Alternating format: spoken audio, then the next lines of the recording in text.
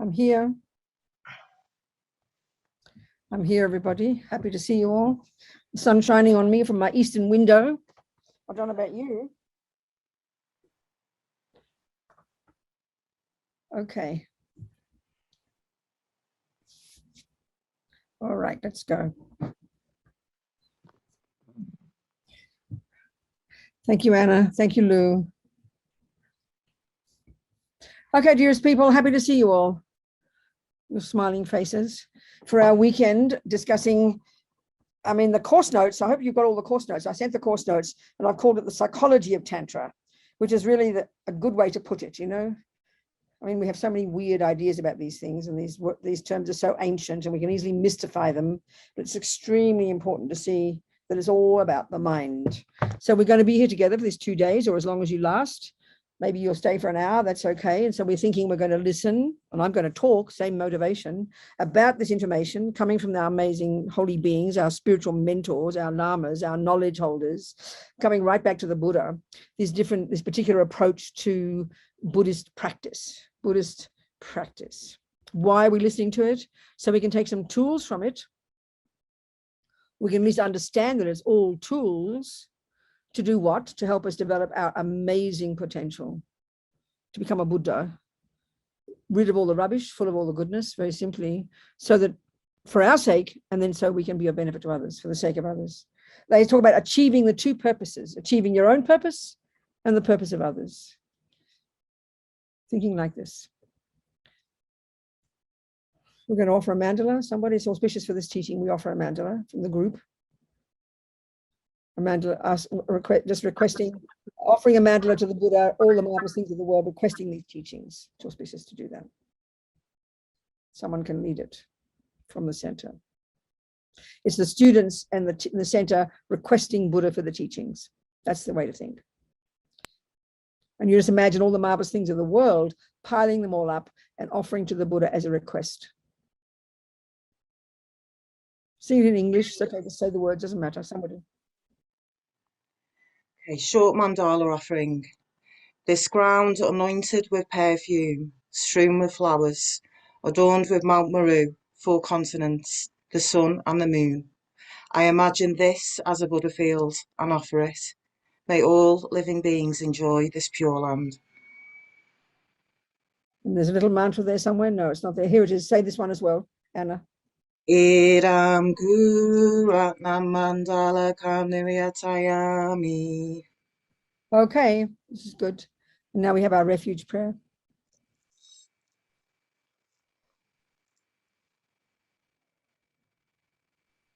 Somewhere there. There it is. Okay, good. This is good. So we say it, I'll say it one time in English, a little bit extra words, so we get the meaning of what I'm saying. I'll sing it 2 times in Tibetan. What's that crunchy sound? Is it okay? Did you hear that crunchy sound? Is it okay now? Okay. Okay. So now I'll say a little bit extra words. So what we're saying here is that until we are enlightened, we're going to rely upon the Buddha, his teachings, and then the group of practitioners, our fellow practitioners.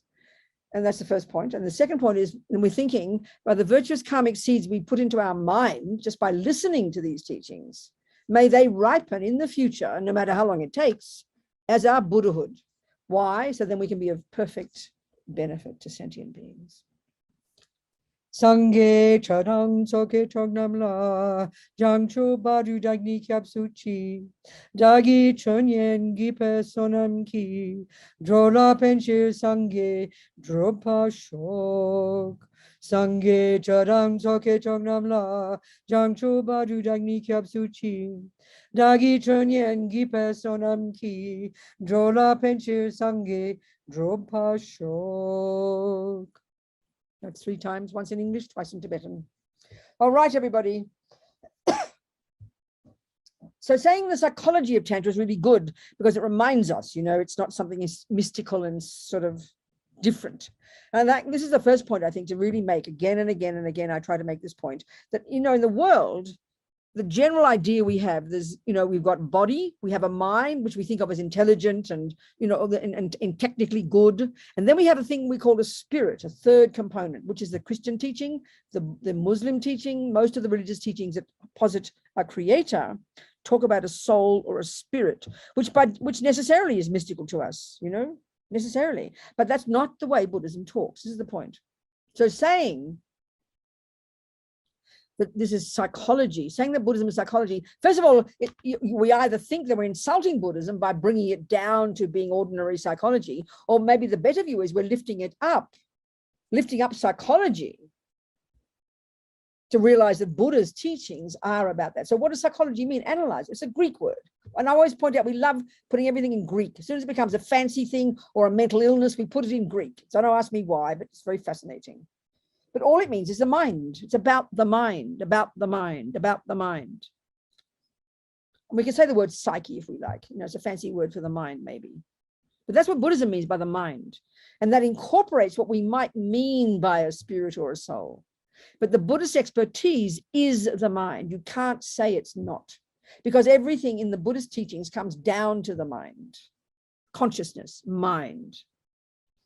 So here, as we know very much, if we're studying Tibetan Buddhism, we're studying all the first level of teachings, which are the teachings you'd study and practice if you were in Burma or Thailand, known as the Theravadan teachings, or we might say the Hinayana teachings. Then you've got all the teachings you might study if you were in the Mahayana path in Japan. And then you've got all the final component of all the path, which is only in Tibet, coming from India, all came from India. But when the Theravadan teachings went to Burma and Thailand, the Mahayana teachings as well went to places like Japan and Taiwan and China.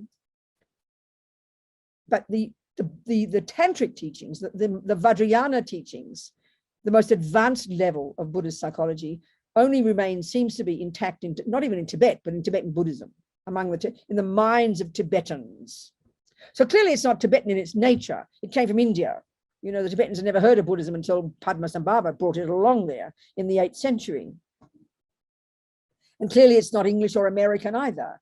That's something when I first heard the teachings. I remember when I first heard the teachings at Chenrezig Institute, when I was 32 or something, the very first time I heard Lama Yeshe teaching, that's when it became clear to me that these things aren't cultural. They are cultural where they've been taught, but they're not in their nature cultural. I mean, then I realized if Buddhism were in its nature Tibetan, then clearly I don't qualify. I'm not a Tibetan. And clearly, you know, they can't just be cultural, because if they were, then, you know, they wouldn't be adaptable. So when I really began to understand with karma and discussions about the mind that I first heard from Lama Yeshe, that I realized that what we are is finally our mind, and that is not male or female or Tibetan or Australian or American or anything else. And that, in fact, our true potential is this idea of becoming a Buddha, which is a Sanskrit word, which I repeat repeatedly, implies the person who's got that word, the person who's become a Buddha, is a person who's eradicated all the delusions from their mind and has developed the perfection of the goodness in their mind. So it's all about the mind. And this is where you get used to the view, the idea of mind, meaning all the thoughts, feelings, emotions, unconscious, subconscious, instinct, intuition, what you mean by soul or spirit, all these different words, the entire spectrum of our inner being is our mind. This is the Buddha's expertise. And it's coming from these genius Indians well before the Buddha, as we know. So that's what the word psychology means. So it's not insulting psychology, it's lifting psychology up, showing the Buddha is your best psychologist ever, you know, your best therapist ever. It's not being sarcastic. So all of the teachings in the entire Lam Rim, okay, when I first heard the teachings from Lama Zopa Rinpoche in this teaching at Chenrezig Institute in 1976, June, almost exactly, no, it's now July, so it's whatever, many years ago. I remember, I always say this, I didn't know a word which I was talking about. I couldn't understand, I couldn't get a hold of it. I didn't know how to grab hold of what he was telling me. I couldn't hear much about the mind either. I heard all about, you know, I heard all about lower realms, and I heard about refuge, and I heard about, you know, all these practices. It was utterly confusing to me, because obviously that packaging of the teachings, which we know as the Lam Rim, was presented for the minds of Tibetans. It was the way the Tibetans took the teachings from India and then packaged them for the minds of the beings. So that for the Tibetans, they understand it. There's a framework. But it took me a while. I kept saying to myself, where's the Buddhism? I couldn't understand how this vague notion of what I thought Buddhism was. I had no idea, obviously. But as you listen to it more and more and more, you start to extract the essence from it. And what it comes down to Finally, so I always like to say this, when it comes down to finally, you are actually being a Buddhist. You're doing the actual precise job of being a Buddhist when you are lessening the delusions and growing the virtues. That's actually the point. Everything else in Buddhism, all the methods, all the philosophy, all the psychology, all the metaphysics, all the practices, all the mantras, all the prostrations, all those things that look like what we call Buddhism are all techniques and tools and methods that enable us to do that actual job of lessening delusions and growing the virtue until eventually you rid the mind utterly of all delusions and perfected the virtues. That's really the point. When we can see that, it all begin to fall into place, you know. So there are different levels of practice according to the capacity of the disciple, which is pretty reasonable. Math, music, you name it, is all exactly the same. Any body of knowledge that you're trying to learn, to internalize, to internalize it, so you become a knowledge holder of that body of knowledge. It's taught at levels of your capacity. It's really obvious. Same here. So from that point of view, using the analogy, you know, the Tibetans talk about the lower scope teachings. Rinpoche says that's not really right. He calls it accurately, you know, the teachings and practices suitable to the disciple of the least capability. And I use the cliche junior school. I just find that so helpful. Then you got the next level, the teachings and practices suitable to the disciple of the middle capability, and that's high school. Why not? And then you got the teachings and practices suitable to the disciple of the greatest capability, and that's university. And then you've got postgraduate. Well, Tantra is postgraduate. Best, the way to put it. Now, that doesn't mean you can't also practice it. That's the difference here.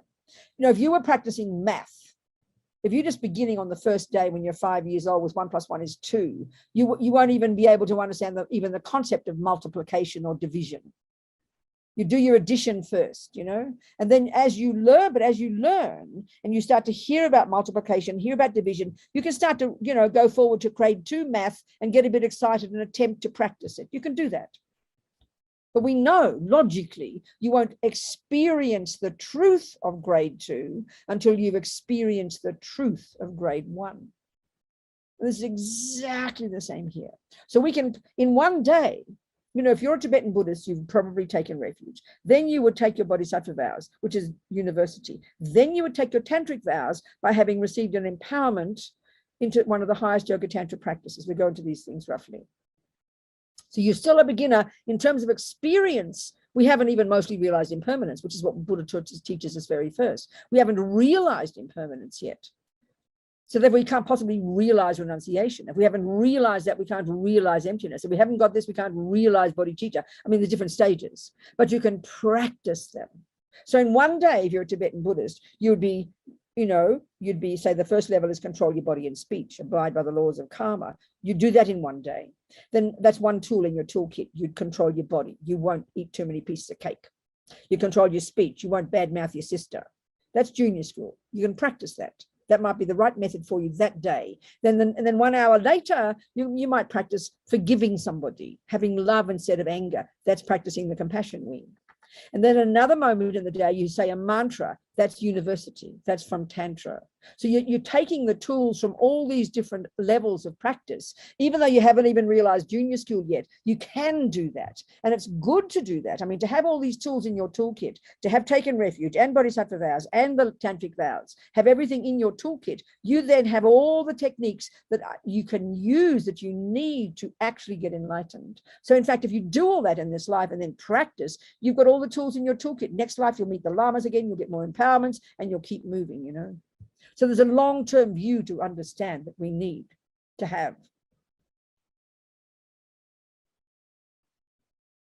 Now, so there's one approach. Another way to look at it is in terms of the Buddha. We see, and I talk about this all the time. So the Buddha behind me, which is a Thai statue, actually, that's the form of the Buddha that we learn about in the sutra. You've got sutra and you have tantra.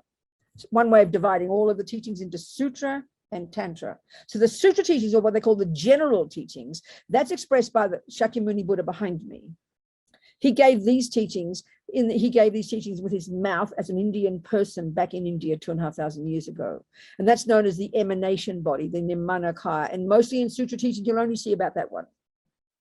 Then you suddenly got, if you enter into Tibetan, and then if you're a Zen practitioner, you learn about that Buddha. If you're a Thai practitioner, you learn about that Buddha. You won't know all the other ones. You get confused if you see all these other ladies and gentlemen with 4 arms and 7 legs and naked and looking weird. That's, so I'm being silly, but hear my point. That's the expression, that's the manifestation of Buddha in the Mahayana path, but specifically in the Tantric path, which is advanced levels of the Mahayana path. So they are known as the enjoyment body. And that form is the Bodhisattva style. They call it the Bodhisattva style. And then in there are thousands of different manifestations of Buddha mind. And it's all literally psychology. I'm not even being sarcastic. It's literally that. So for example, there are 3 essential qualities any Buddha has. One is compassion, one is wisdom. So one is the compassion, the wish to benefit others. One is the wisdom to know how, and then one is the power to do so, the ability to do so. So you could say that, for example, taking the Sambhogakaya form, the enjoyment body form, the subtle light body form, which we cannot see with our eyes. Only when we've accessed our subtler mind and we've got some realizations do we actually see the Buddha at that level. Then you can say that Chenrezig, for example, compassionate eyed one, he's a manifestation of the compassion. So it's a visual language. That's really the best way to put it. It's a visual language, You don't know that by looking. He's got these 4 hands, he's holding this, he's got an antelope skin over his left shoulder. You don't say, oh, look, there's compassion. No, you have to learn it first. This is obvious. Just like if you see the word compassion written in letters, but you don't know English. Well, in fact, you don't know Latin, or is it compassion, Greek or Latin? That's probably Latin. Then you learn the meaning, don't you? This is a really important point. You learn the meaning of those letters, all strung together, compassion, and you realize that you learn the meaning of it, what it represents. It represents a quality in the mind that when you see suffering, you reach out and think, oh my God, look at that suffering. That's called compassion. But you have to learn that, don't you? You don't see those letters and just know immediately, which is, of course, proving emptiness. So the same with that Buddha. Of course, it's a construct. It's a construct. Everything's a construct. Compassion is a construct. We make all these things up with our intellectual mind. So that form of the Buddha, peaceful aspect. Then you've got the wisdom. That's Manjushri, Manju, gentle voice, another form of the light body, the Sambhogakaya, enjoyment body, holding aloft a sword with fire on the tip. And he's cutting through ignorance, wisdom, Manju, gentle voice. Jamyang in Tibetan. Then you got the power to put into action this wise compassion. And that's often Vajrapani, a wrathful, fat, dark blue, wrathful Buddha, or Tara. They're a visual language that represent those qualities.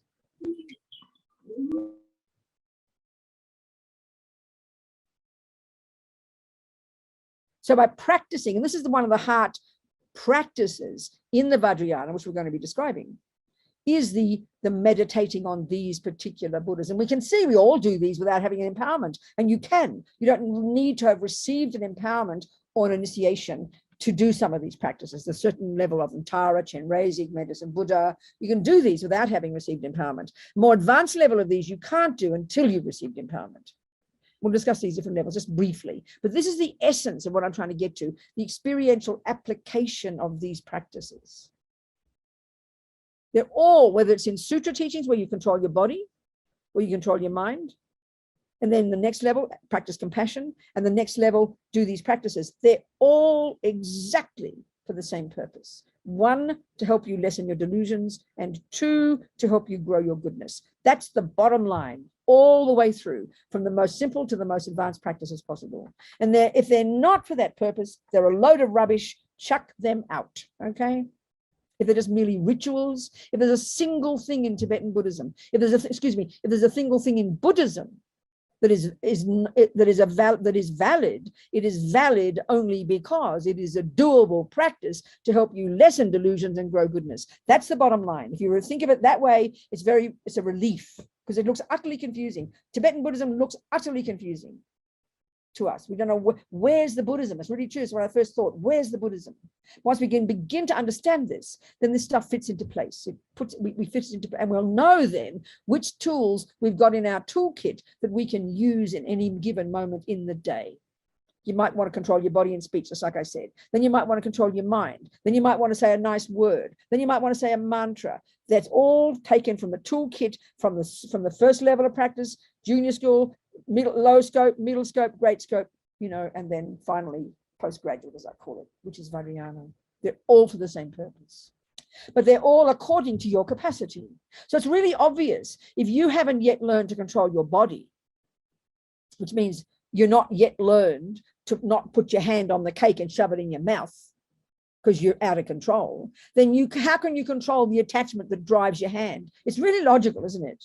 If you haven't got control over your speech and the anger you feel just vomits out of your mouth, you've first got to control the servant of the anger, the mouth, then you've got the space to control the anger. That's an example of what tool you can apply at any given moment. It's really logical. It's logical if we think about it like this. And that's what's marvelous about all these techniques. We are able to access the more advanced practices by merely saying a mantra. If it's a mantra, it's from not all mantras. No, not all mantras are Vajrayana. That's for sure. Shakyamuni Buddha is sutra aspect, and he's got a mantra.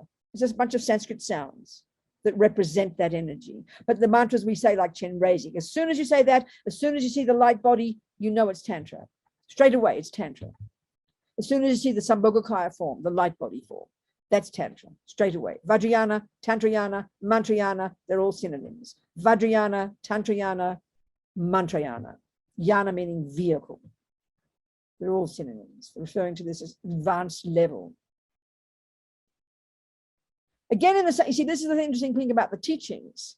I remember one time, you go to a teaching to the Tibetans, for example, His Holiness the Dalai Lama's teaching. And in the front row, you've got the 80-year-old abbots who've been hearing these teachings since they were 5 years old. And then at the back row, you've got the 5-year-olds who are hearing them for the first time. But the Dalai Lama, when he teaches the Lam Rim, for example, he won't teach it in some fancy esoteric way. He will teach it according to that level. But you will listen to it according to where you're at, won't you? If you've been hearing it for 75 years, you're going to hear it at the deepest level possible. The same simple words that His Holiness will say, same simple words straight from the mouth of the Buddha about impermanence. He doesn't make it fancy. If you've heard it for 75 years, you will hear it according to your level. And if you're 5, you'll hear it according to your level. So this is why you can practice all of these according to your level. You might have taken an highest yoga empowerment. You haven't got a clue. As Lama Yeshe says, Tantra is highly technical. It's incredibly sophisticated technology, dealing with the subtler levels of our mind and our physical energy. Highly sophisticated, extraordinarily sophisticated technology. But you might have taken your highest yoga empowerment, and you've got confidence in your lamas, and you do the mantra every day, and you do your sadhana every day, even though you haven't got a clue what you're doing. There's incredible benefit. You take it, you practice it according to your capacity.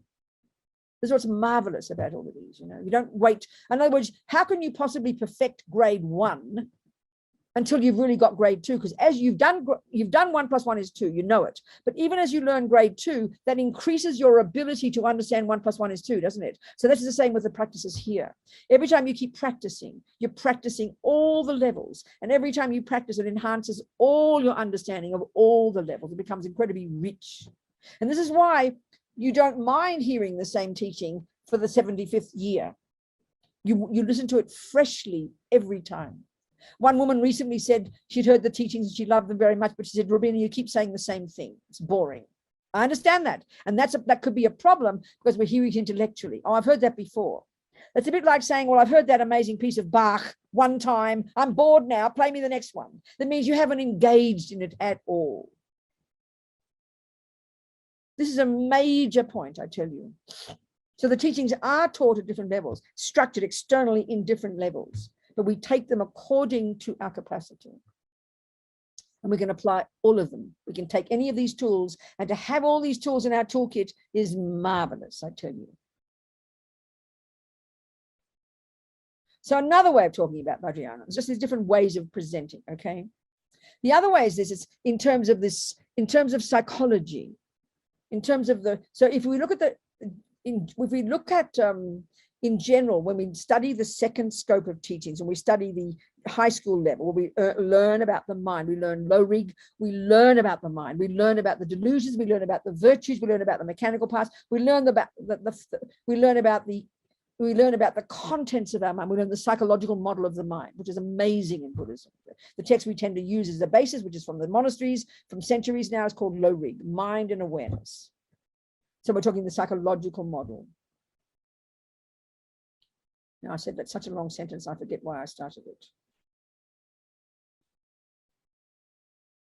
Okay, so from that point of view, and this is taking the Four Noble Truths, this is the high school and junior school, which is the first scope, which is the Hinayana level, Theravadan level, which is the Four Noble Truths. Lord Buddha's first teaching after he got enlightened. He walked from, Bodh Gaya, a few days. He went west, I think. We do that every year on our pilgrimage. We drive, though.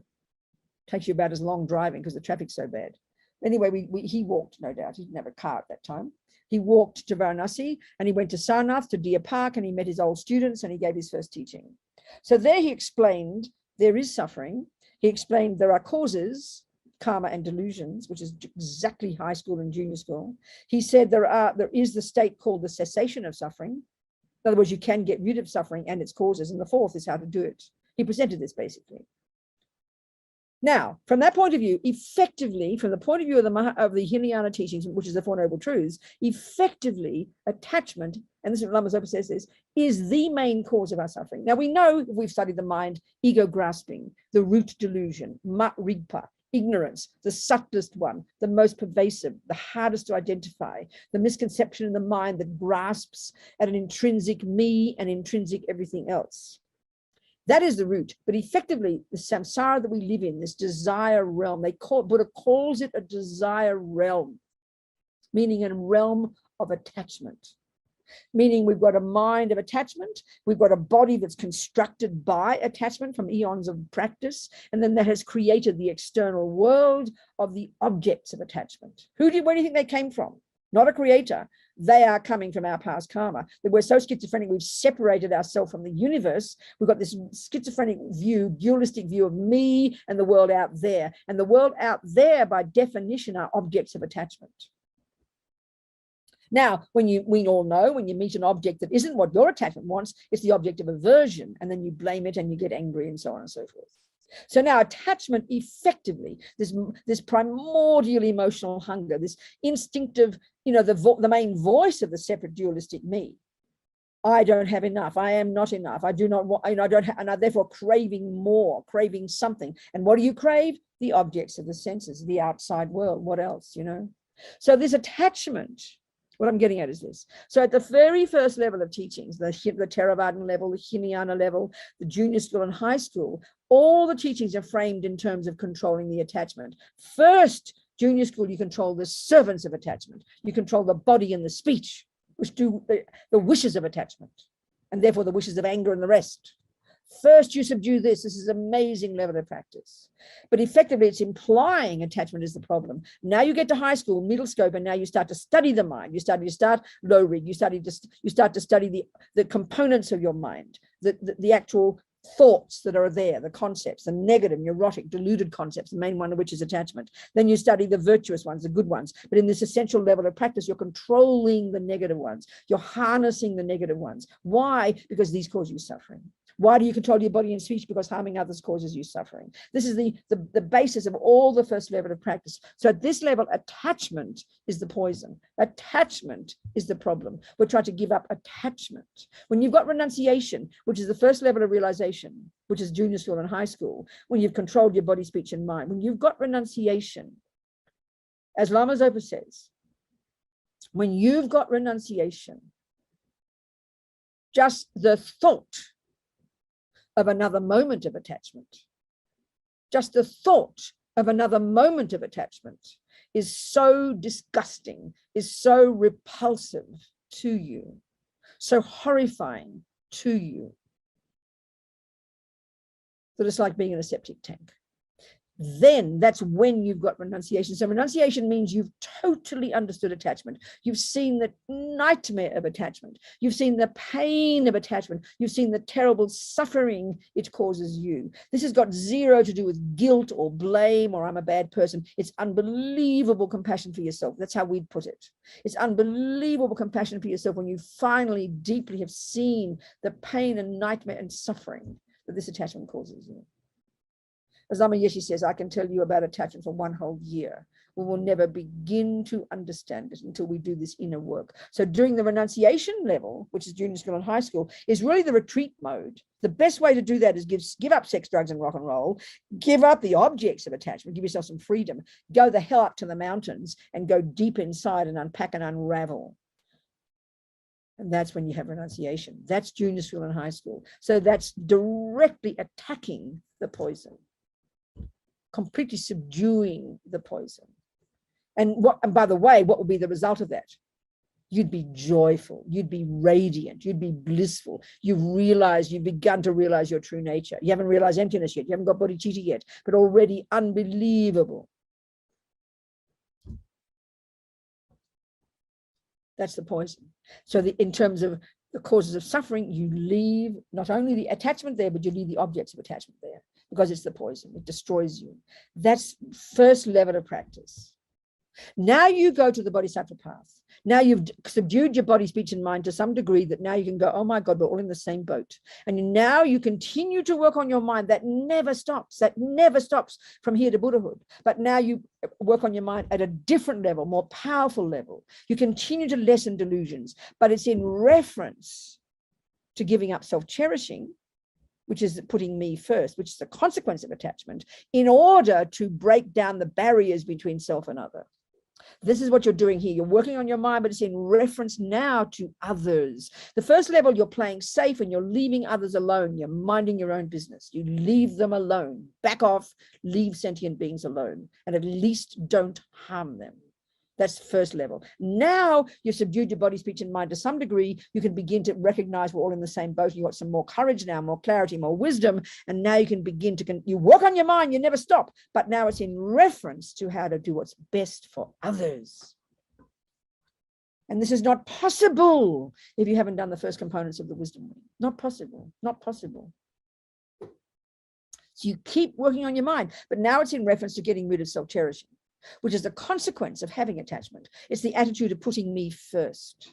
So we're trying to smash that and make this paradigm shift in the mind when now we eventually, when we've got bodhicitta, we put others first. This is amazing, again, psychological progression to eventually make this paradigm shift where you've got infinite love and infinite compassion, and then it manifests finally as bodhicitta, where only others now are in the front of your mind. This is outrageous, amazing. So you, first of all, you're achieving your own purpose. You are a stunning, amazing, joyful, blissful, radiant person by now. But now also you've put some wisdom into this and you've got this incredible wish to benefit others, and you've got the ability to do so because more and more you practice the wisdom, more and more it enables you to put others first. So now you could say, in relation to attachment, the main problem, you could say it's really radically less now, and you can be more courageous. And even on the bodhisattva path, as Rinpoche points out, you can now utilize this attachment. You can mitigate the attachment. You can lessen the attachment by being virtuous. The very first level, again, using the analogy of poison, you just leave the water, the poison in the water, okay, in that glass. You know it's got poison in it. You don't touch it. You leave it there. But as you progress and learn more and more about science, or whatever the analogy here, learn more and more about the nature of that poison. And then you can add some good stuff to it. In that water, you can add more water nature to the water that mitigates, that lessens the poison, can't you? You still, the poison's there, but the more good water, the more pure water you put in, the less effect the poison has. Well, that's the bodhisattva path. You add more love and more compassion and more bodhicitta and more good qualities. The attachment's still there. It's less. You haven't got rid of it yet, but it's definitely less.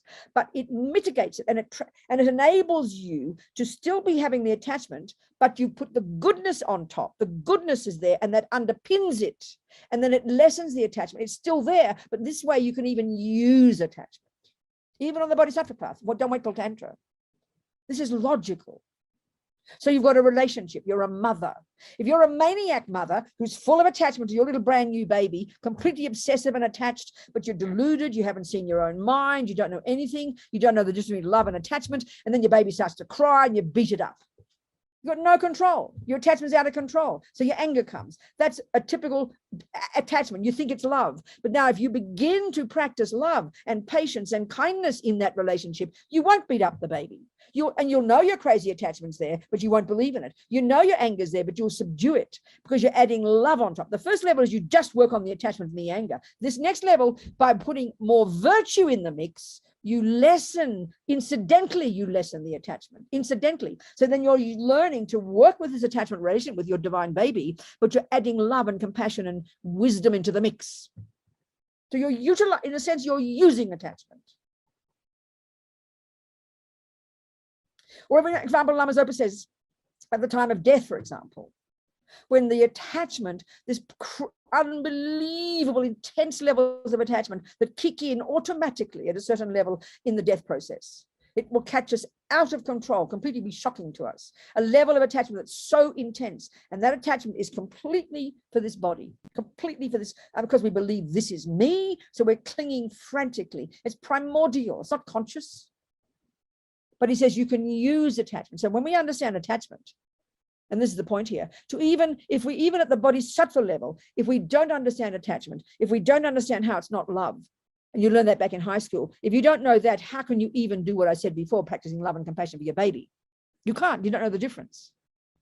So here, at the time of death, Rinpoche says, when we understand attachment has one function of holding on to something, doesn't it? You're grasping frantically at this me, at this body, desperate not to let go.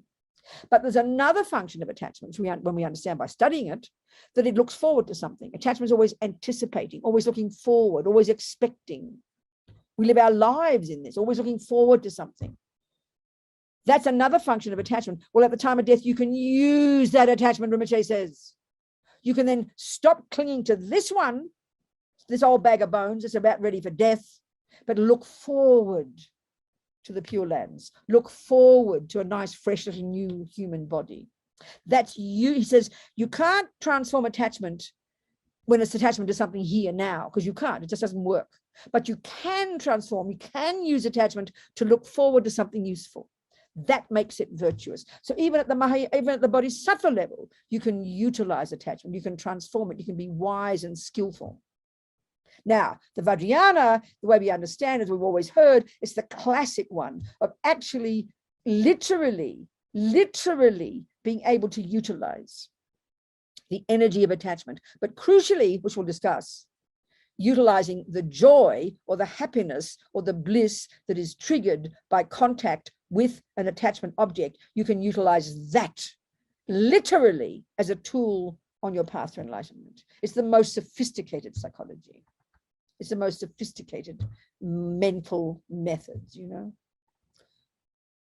So this is why even understanding this technically, studying it carefully, understanding these levels carefully, it can give us some kind of confidence in the path, you know. And that's why the Lamas always use the analogy of a person, they call her an alchemist, or you can even talk about a horticulturist or a person who's good at botany.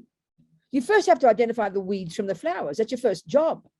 You've got to say there's a weed and there's a herb. You've got to know the difference.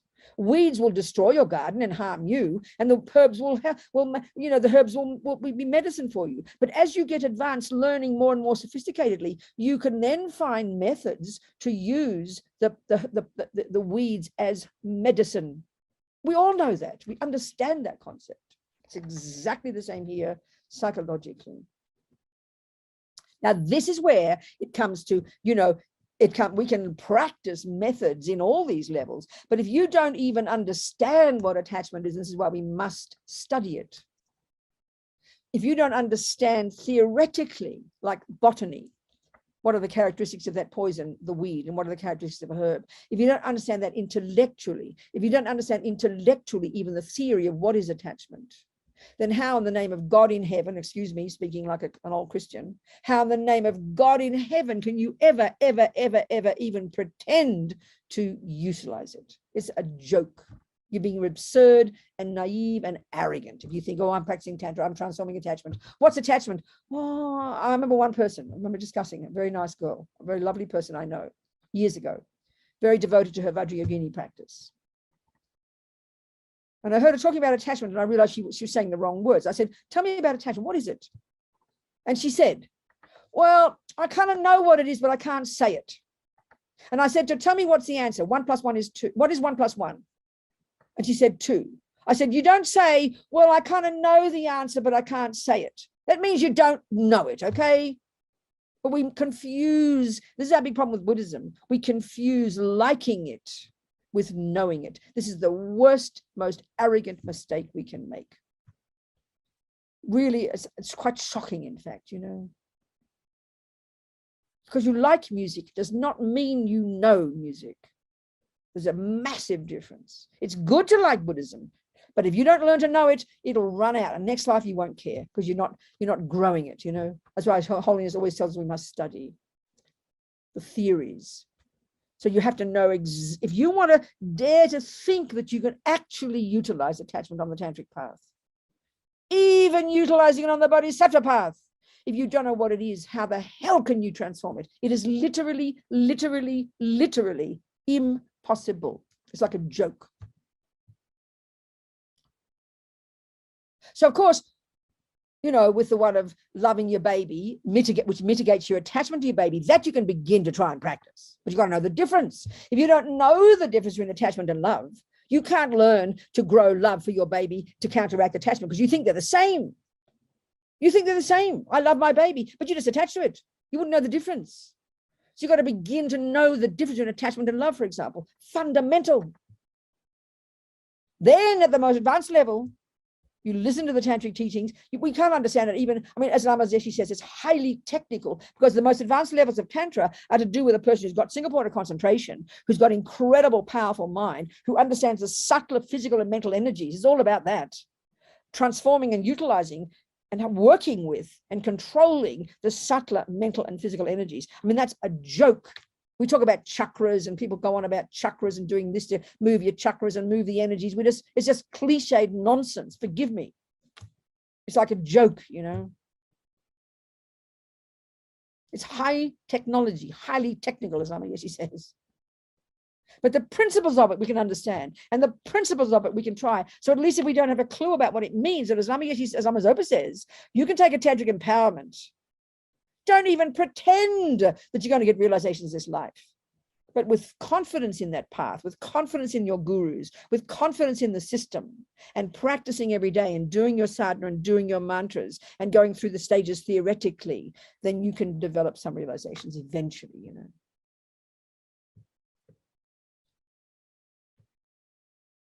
So before we go further, are there any questions about this general approach as I'm trying to show you? Are there any questions at all, specifically in relation to what I've said? Definitions, terminology, whatever you like. Are there any questions? Then we'll go into more things. Anything in there, Lou? Nothing? Oh, Anna, Mary. Okay. Okay, darling. So this is the first way of just presenting concepts, you know, presenting concepts. So this is where the traditional way of teaching, of course, is that, you know, people often say, well, am I qualified? Am I qualified to take a Tantra empowerment? Am I qualified to take a Tara empowerment? Am I qualified? Well, how do you find out?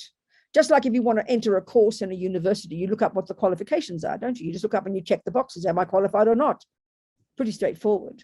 Well, you know, the qualifications here, certainly in our Gelug tradition, Lama Tsongkhapa's tradition, he talks about the qualifications are the 3 principal aspects of the path. In fact, what I think I want to do, I forgot to put it into the course notes. I'm so sorry. I might just get it up and I'll recite it, this beautiful prayer by Lama Tsongkhapa of the 3 principal aspects of the path. I might just say it today or tomorrow. We might just do that. I didn't, unless I send it all. I might send it all to you. We can add it and we can all say it together. It's very wonderful. So the qualifications are, you need to at least have some semblance of genuine confidence and some understanding, theoretically at least, of the first of these 3, which is renunciation. So this is a different way of presenting the Lam Rim. The first and second scopes, junior school, high school, abiding by the laws of karma and working on your mind. This is the essence of this is renunciation. You're renouncing suffering and its causes. Renunciation, recognizing what suffering is, the three levels, suffering of suffering. I'll go into the details now. I'll go into the details. So the renunciation is the first one, which is the essence of junior school and high school of the Lam Rim. The next of these three principal aspects of the path, of course, is bodhicitta, the essence of the compassion wing. And the third one is the third principle of the path is wisdom. Having an understanding of at least a semblance of understanding of emptiness. Now, this is an interesting point here, but this is an important point to realize as well. So now, in terms of emptiness, understanding emptiness actually is a Theravadan teaching. It's a Hinayana teaching. You need the Hinayana Arhat, a person in Burma or Thailand who's on that path, you know, goes to junior school, controls their body, controls their speech, lives in vows, harnesses the body and speech. Then they go to the next level, we call it the middle scope, and they learn to work on their mind. They get renunciation, but then they would add to their practice the practice of shamatha, the practice of calm abiding. That actually is not even a Buddhist teaching, it's a Hindu teaching. Buddha took it along with him when he diverged in his own direction. So they would then practice shamatha. Of course, the Buddhists have got their own take on it. They would get single point of concentration. And with that single point of concentration, they would then meditate on emptiness. And finally, the penny would drop in one life or other, and they would have a direct, non-conceptual insight into emptiness, and they would keep practicing and perfecting and perfecting. And then in one life or other, they would have achieved their own cessation of suffering and its causes, which is the meaning of nirvana. Hear this, nirvana. And at that point, they cut the root of all suffering and they perfected their mind at this level. So when they die in that life, they will disappear into space. They won't come back. So shamatha is actually even a Hindu teaching, but it's and if you're on the Hinayana path, you would practice it there, and then you'd realize emptiness, which also is a Hinayana teaching, because you've got to realize emptiness to get out of samsara. So now, for us, it's different. In the Mahayana path, as we know in the Lam Rim, this is important to understand. We know very well that shamatha and wisdom are the fifth and the sixth of the six perfections of the bodhisattva. So in their character, they are Hinayana teachings, but they're taught in the framework of the final stages of your path to enlightenment. First, you get renunciation, the first principle of the path. Then you get bodhicitta, the next one. And third, finally, on your path of perfecting the six perfections, you accomplish the fifth one, which is concentration. And then in the meditation, you get the sixth one, which is the realization of emptiness, but it's combined with bodhicitta. That's the unique way it's presented in the Mahayana path. It's combined with bodhicitta. It's taught in the framework of the Bodhisattva path, although in their character, they are Theravadan teachings. In their character, they are Hinayana teachings. It's important to understand that. And there's logical reasons for why Tsongkhapa did this, or why they did this I think in the Lam Rim in general. I think all the Tibetans do it like that. Atisha must have done it like that. I'm not that good a scholar, I'm sorry. I think it's coming from all of them.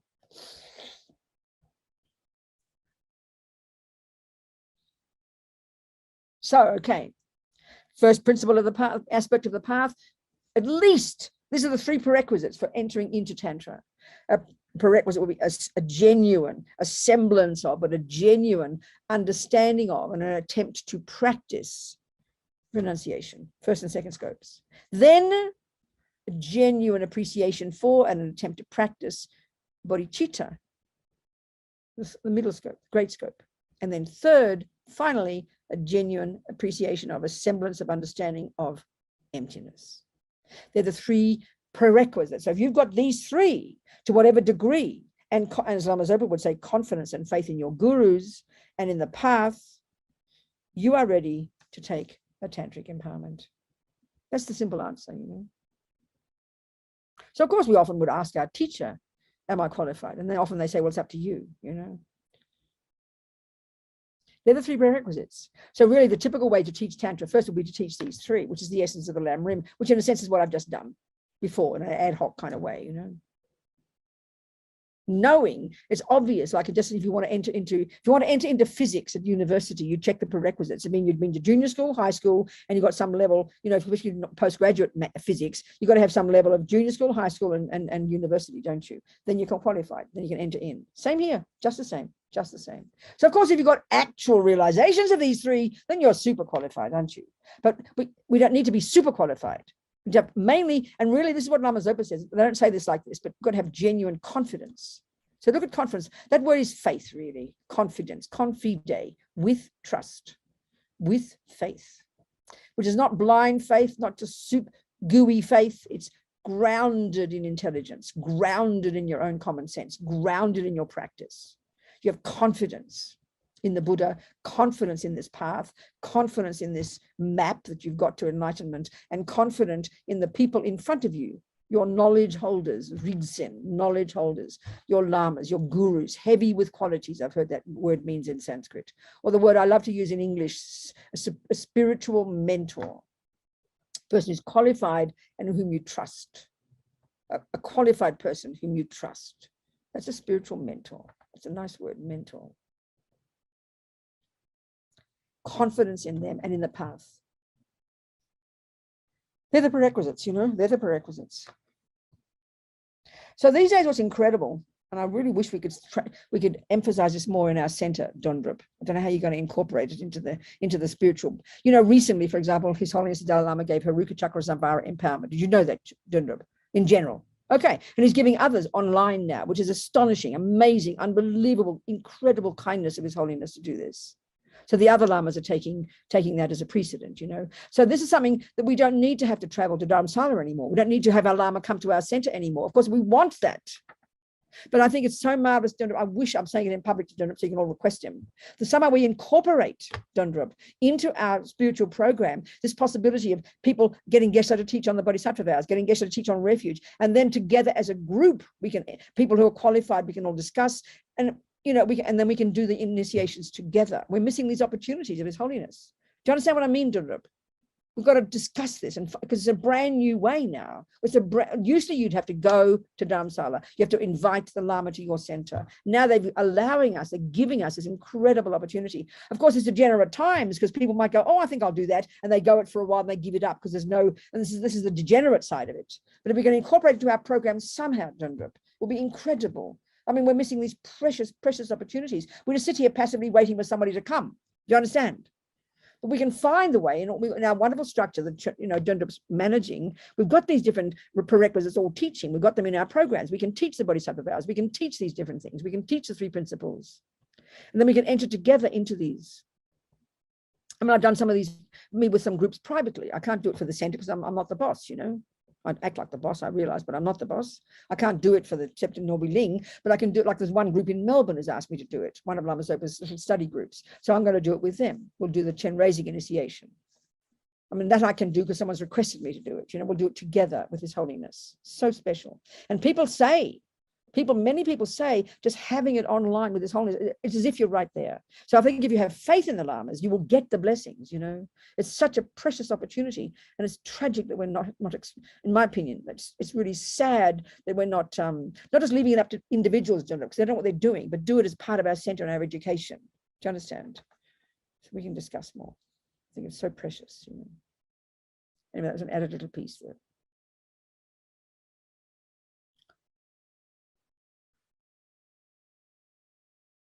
So I've mentioned the three principles by just talking in this ad hoc way I've just talked, getting some sense of the junior school and high school, controlling your body, controlling your speech, which means, this is the point now, which means understanding karma.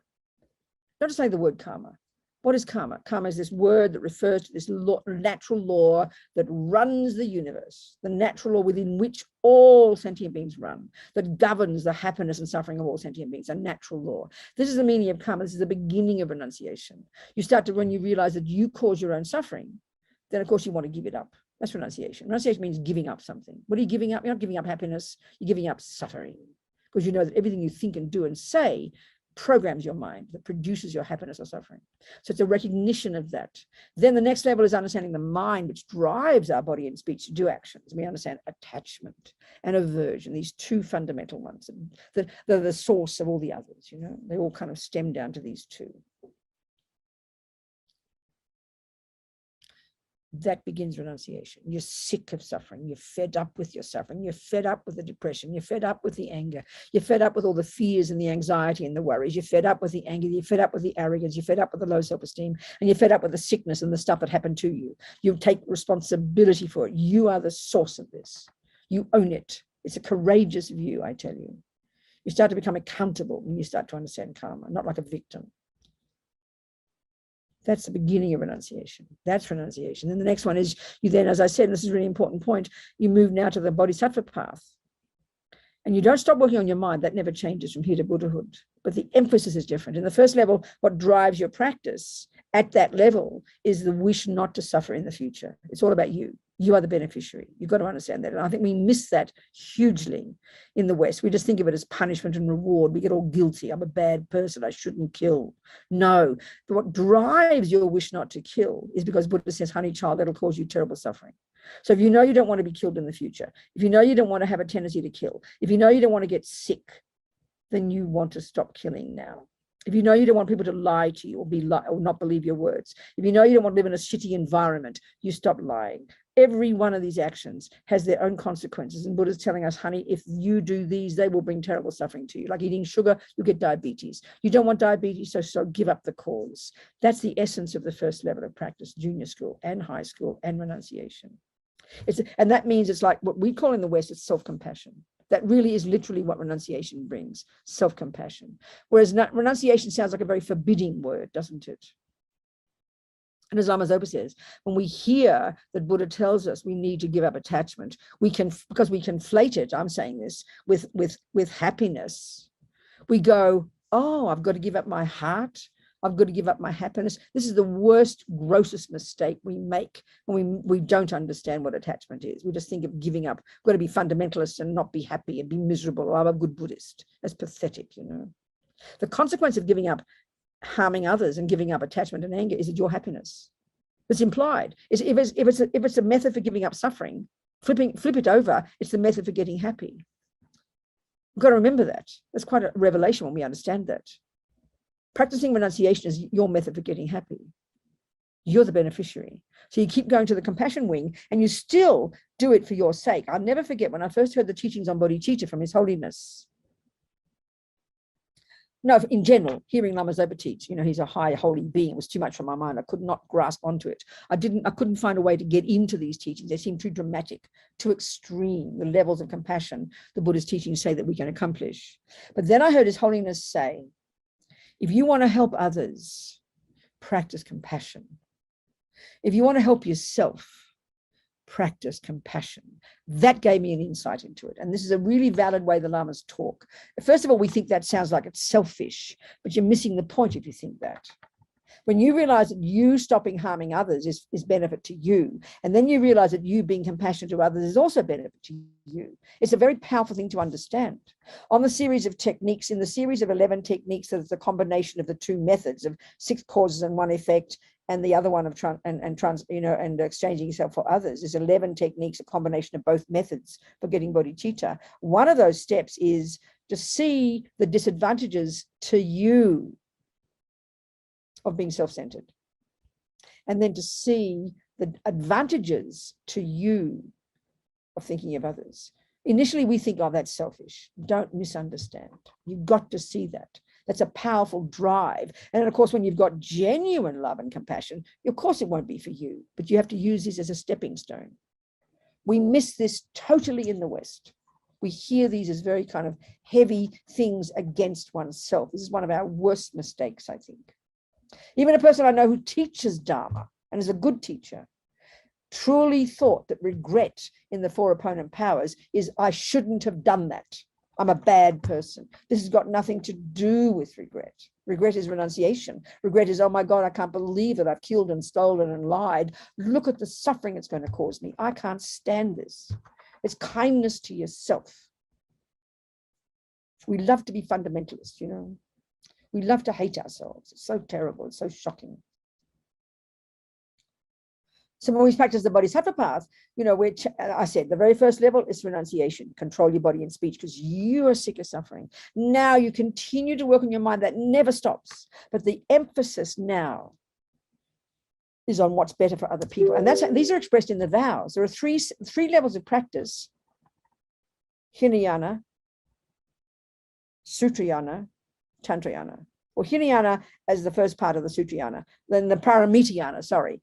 The Hinayana, then the Paramitayana, which is the perfection vehicle. Hinayana and Paramitayana are both sutra teachings, the general teachings. But one is the Hinayana approach, which is expressed in the lay person's vows. They're the vows of individual liberation, the vows that enable you to become liberated from samsara. The vows of not killing, not stealing, not lying, not this, not that. They're vows of playing safe, preventing you from future suffering. Then you've got the Bodhisattva vows, which are more advanced, more marvelous, more amazing, and they express the Bodhisattva approach. They're all about don't do this and don't do that, just like the earlier ones. But the reason behind them is to do what is best for others. The first lot is do what's best for oneself. Just don't kill. Just don't jump on the wrong partner. Just don't steal. You're the beneficiary. But of course, as Lama Zopa says, you are, the direct beneficiary of the lay vows, the monk and nun and lay vows, the pratimoksha vows, the individual liberation vows, the first level scope vows. The direct beneficiary is oneself. But as Lama Zopa says, all the rats and roaches will have a party because you stopped killing them. So they're the indirect beneficiaries. But the purpose behind the Hinayana level, the purpose behind the Pratimoksha, the purpose behind the lay and monk and nun vows is you not having future suffering. Now you harness your body, speech, and mind to some degree, and now you move to the Bodhisattva path. And you continue to work on your mind, as I keep saying, but now it's in reference to attempting to do what's best for others now. That's the point of all the Bodhisattva vows. So all the Bodhisattva vows, and we should talk about all these are the three principles. These are what prepare us psychologically for understanding Tantra, So the Bodhisattva, the lay vows are 5. Monk and nun vows, the boys have got 250 and we got like 360. Girls got more. That's how it was in India. What can you say? Then the Bodhisattva vows, you got 18, I always forget, 16, 14, 18. What is it? How many root vows in Bodhisattva? 16 or 18, I can't remember. We have Bodhisattva vows, the root vows, the main ones, like, the main, well, let's just get the vows and we'll go through. This is all part of the prerequisites, right? Let's just look at them. We'll get them out there. Hang on a tick. I'll find them. Course notes. No. Practices. Prayers. Here we go. Prayers and, okay. Here we go. Docs for all people. Bodhisattva. Here we go. Here we go. Bodhisattva vows. Let's just go through them roughly. Just a bit, so you get the general idea, I'm sure some of you received these documents from me, related to the refuge, lay vows, and also the Bodhisattva vows. So we'll have a look at one of these. Here we go. Okay, let's go. So the lay vows are don't kill. For example, don't kill. Just don't kill. There's no wriggle room. Oh, can I kill if it's for their sake? Not yet. No. That's the Bodhisattva level.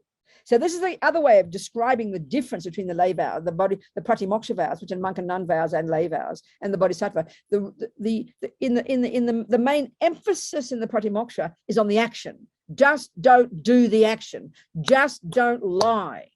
The Bodhisattva is more nuanced. It's the motivation that determines whether or not you break it. That's the major difference. So let's just look at a couple of the Bodhisattva vows, okay, just to give you the idea. Just to give you the idea. So you've got 18 root Bodhisattva vows and 46 secondary Bodhisattva vows. 140. Let's go. Here we go. So some of the root vows, for example. Where are they? Now I've lost them. Where is this? Okay. 1. What is this? Oh, I've lost it now. Well, here we go. For example, a bodhisattva vow would be, you know, number 4. No, let's keep simple. Refusing others' apology. I mean, for example, or number 2, let's say. Even number 1. What's the first one? Look at it. Praising others and belittling, praising oneself and belittling others. Now that's called a bodhisattva vow. So, you know, you give up. So, you know, thinking you're so important. In other words, this is a very powerful one, because we can see automatically the sense of I, the ego, causes us to always see our qualities. And then we love to point out other people's qualities. We love to do that, you know, it's just automatic, even if we think we're a nice person. So it's a first vow, root vow. So the key thing about, this is where you get the motivate. This is where Alex Berzin is given in this commentary. I've got Alex Berzin here. I have to look for this. He's very clear in listing each vow, listing which particular delusion determines that you break it or not. This is the point about, this is the difference between the pratimoksha and the bodhisattva. There it is, the 18 root vows. Here we go, page 68. Berzin's very clear for us Westerners. 68. So for example, well, actually, he's helpful. Berzin says, he tells what a vow is. He says a vow is a subtle, this is interesting, a subtle invisible form on a mind which shapes our behavior. It's a very sweet way of putting it, you know. It's a restraint from something. A vow in general is a decision to refrain from something. It's a powerful mental decision to not do something. And in general, all vows are connected. What's happening? Something's running out of power here. I've got to plug in something. Wait. Trackpad. Okay. So in general, you know, the vows are behavior. They're not about the mind. They're about body and speech. And they shape our behavior, which is a really sweet way to put it, but it's sort of fairly obvious. If you decide, you know, and I always make this example, if you are driving a car, you're making these powerful decisions, are you not, to not turn the wheel left if you want to turn right, to not put the foot on the accelerator if you put on the brake, to not do this, to not do that. You learn these, and you are shaping your behavior. It's a very sweet way to put it, but it's literally what you're doing. In other words, it's nothing special. We live in vows all day. We know thousands of vows. This is how we behave. It's how we learn to know what to do. You pick up your fork this way. You pick up your knife that way. We learn behavior. All that a vow is that. So what are you trying to shape your mind into? The mind of a Buddha, not the mind of a driver, you know. So, okay. A root downfall means a loss of the entire set of the bodhisattva vows. If you break one of the main ones, you break the lot at the root. So now the first one, praising ourselves or belittling others. Now, please, if you've got bodhisattva vows, some of you people want to get your bodhisattva vows, and if you do this, check the last time you did it. And we do it all the time. So subtly, we're so sneaky, you know, praising yourself, putting yourself up, and putting others down. You think about it. So this refers to speaking such words to someone. So this is mainly speaking to someone who's it's precise. He gives it precise in an inferior, speaking this to someone who's an inferior position. So this is where he says the motivation must contain attachment for profit or praise or love or respect. That's the motivation for this one. So this is where you're really drilling down. In the first pratimoksha, you just don't kill. You just don't kill. You don't lie. You don't steal. Here it's more nuanced. It demands more awareness of your mind, and it's determined by the motivation, which implies, which is the point of bodhisattva vows, that you can do one of these actions if it is for the benefit of the person in front of you. This is already where you can see literally how the bodhisattva path is utilizing delusions. You know, if you're a kind, good mother, and you've told your child 5 times, do that, and they haven't done it, you must use firm methods. They will think you're being angry, but you know you're not being angry. Your motivation is truly compassion. That's already telling us that even on the Mahayana path, the bodhisattva level, the sutra teachings, we can utilize anger. It's obvious. The first level is you just don't say bad words. Here, you're allowed to say bad words. if your motivation is compassion. So you can't play with this. You can't pretend. Just to hear the vow is you break this vow. If you're speaking to a person as a lower position, like if you're a monk and you're speaking to a monk who's got less ordination, or you're a teacher and you're speaking to somebody, or you're a mother talking to your child. I mean, this is very powerful. Just as something as simple as that. We do it so often. The next one. This is not sharing your dharma or not sharing your wealth. It's a bodhisattva vow. And the motivation would be specifically attachment and miserliness. Now, this is where, for example, you see a person who's asking you, let's say it's your sister, she's always borrowing money. She's wasting money. She's abusive of money, and she's borrowing money all the time. It is completely appropriate, with a pure motivation of genuine kindness to your sister, to say, no, I won't give you money. That's valid. But you don't just do it. You don't pretend you're being generous.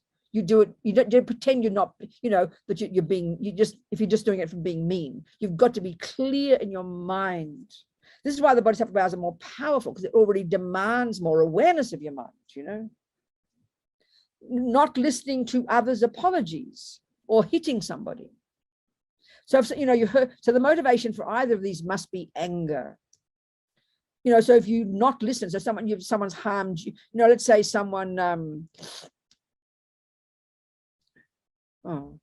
so listen, the first one refers to an actual occasion when yelling at or beating someone, and either that person pleads for forgiveness and you don't give it.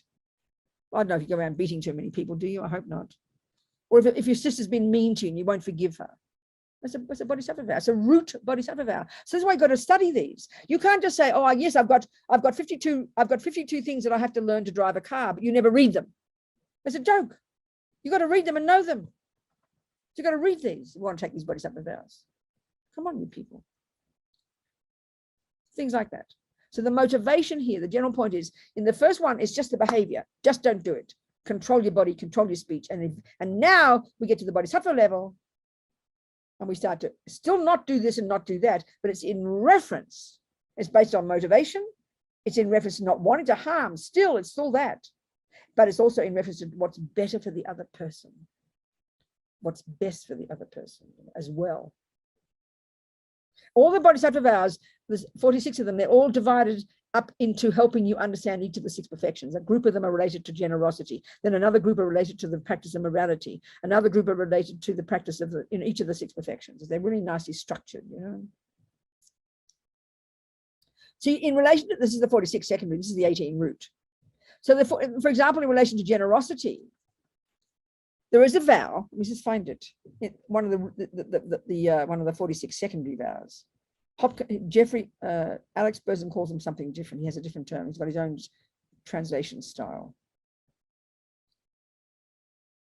The 46 secondary bodhisattva vows. So one of them, so in relation to generosity, for example, so he calls them faulty actions. There are 7 related to generosity. So 7 faulty actions or secondary vows detrimental to training in generosity.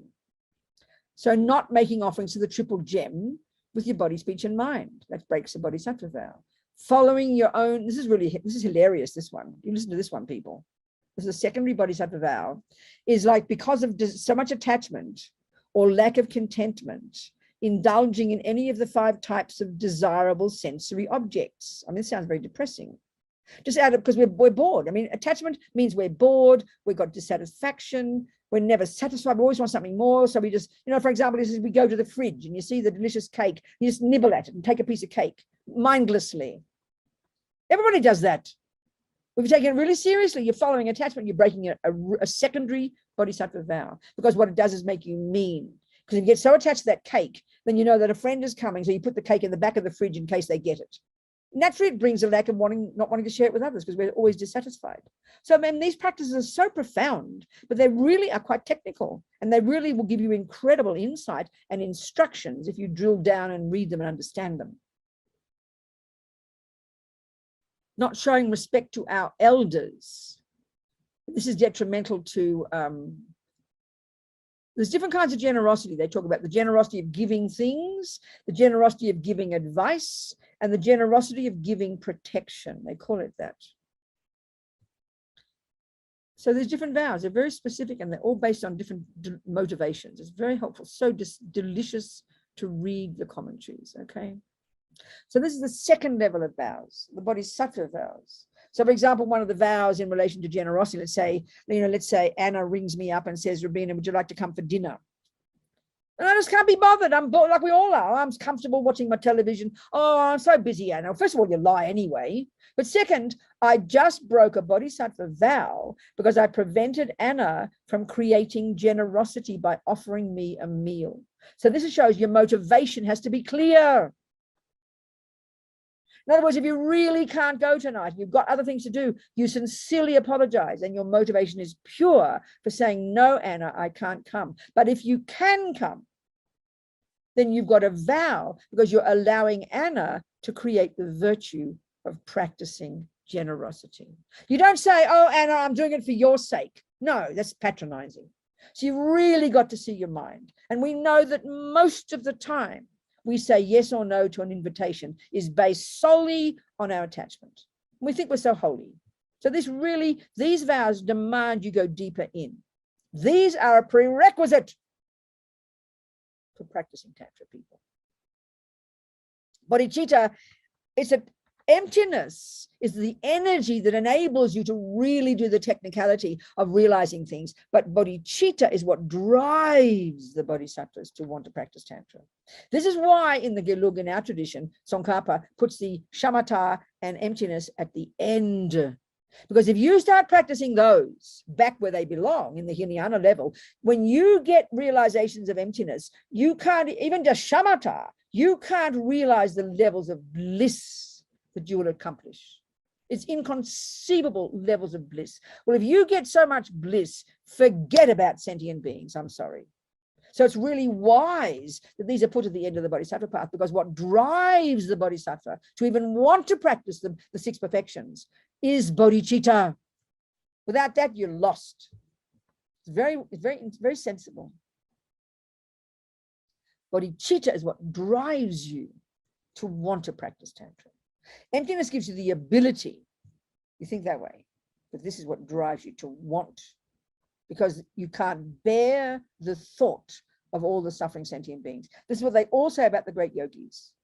And why, for example, I mean, you use the example of Lama Zopa because he's somebody I know, you know. The thought for Rinpoche of sleep, for example, is so disgusting. It's so disgusting. Sleep is a disgusting waste of time. That's what Venerable Roger says about Rinpoche. He literally not waste 1 second. And what drives them, you see, yogis like this, great tantric yogis, they're all tantric yogis, these people. They don't need sleep because they have complete control over their subtle energies. But what drives them to not want to sleep is their unbearable compassion for the unbearable suffering of all sentient beings. It's like going to sleep while your child is dying in agony.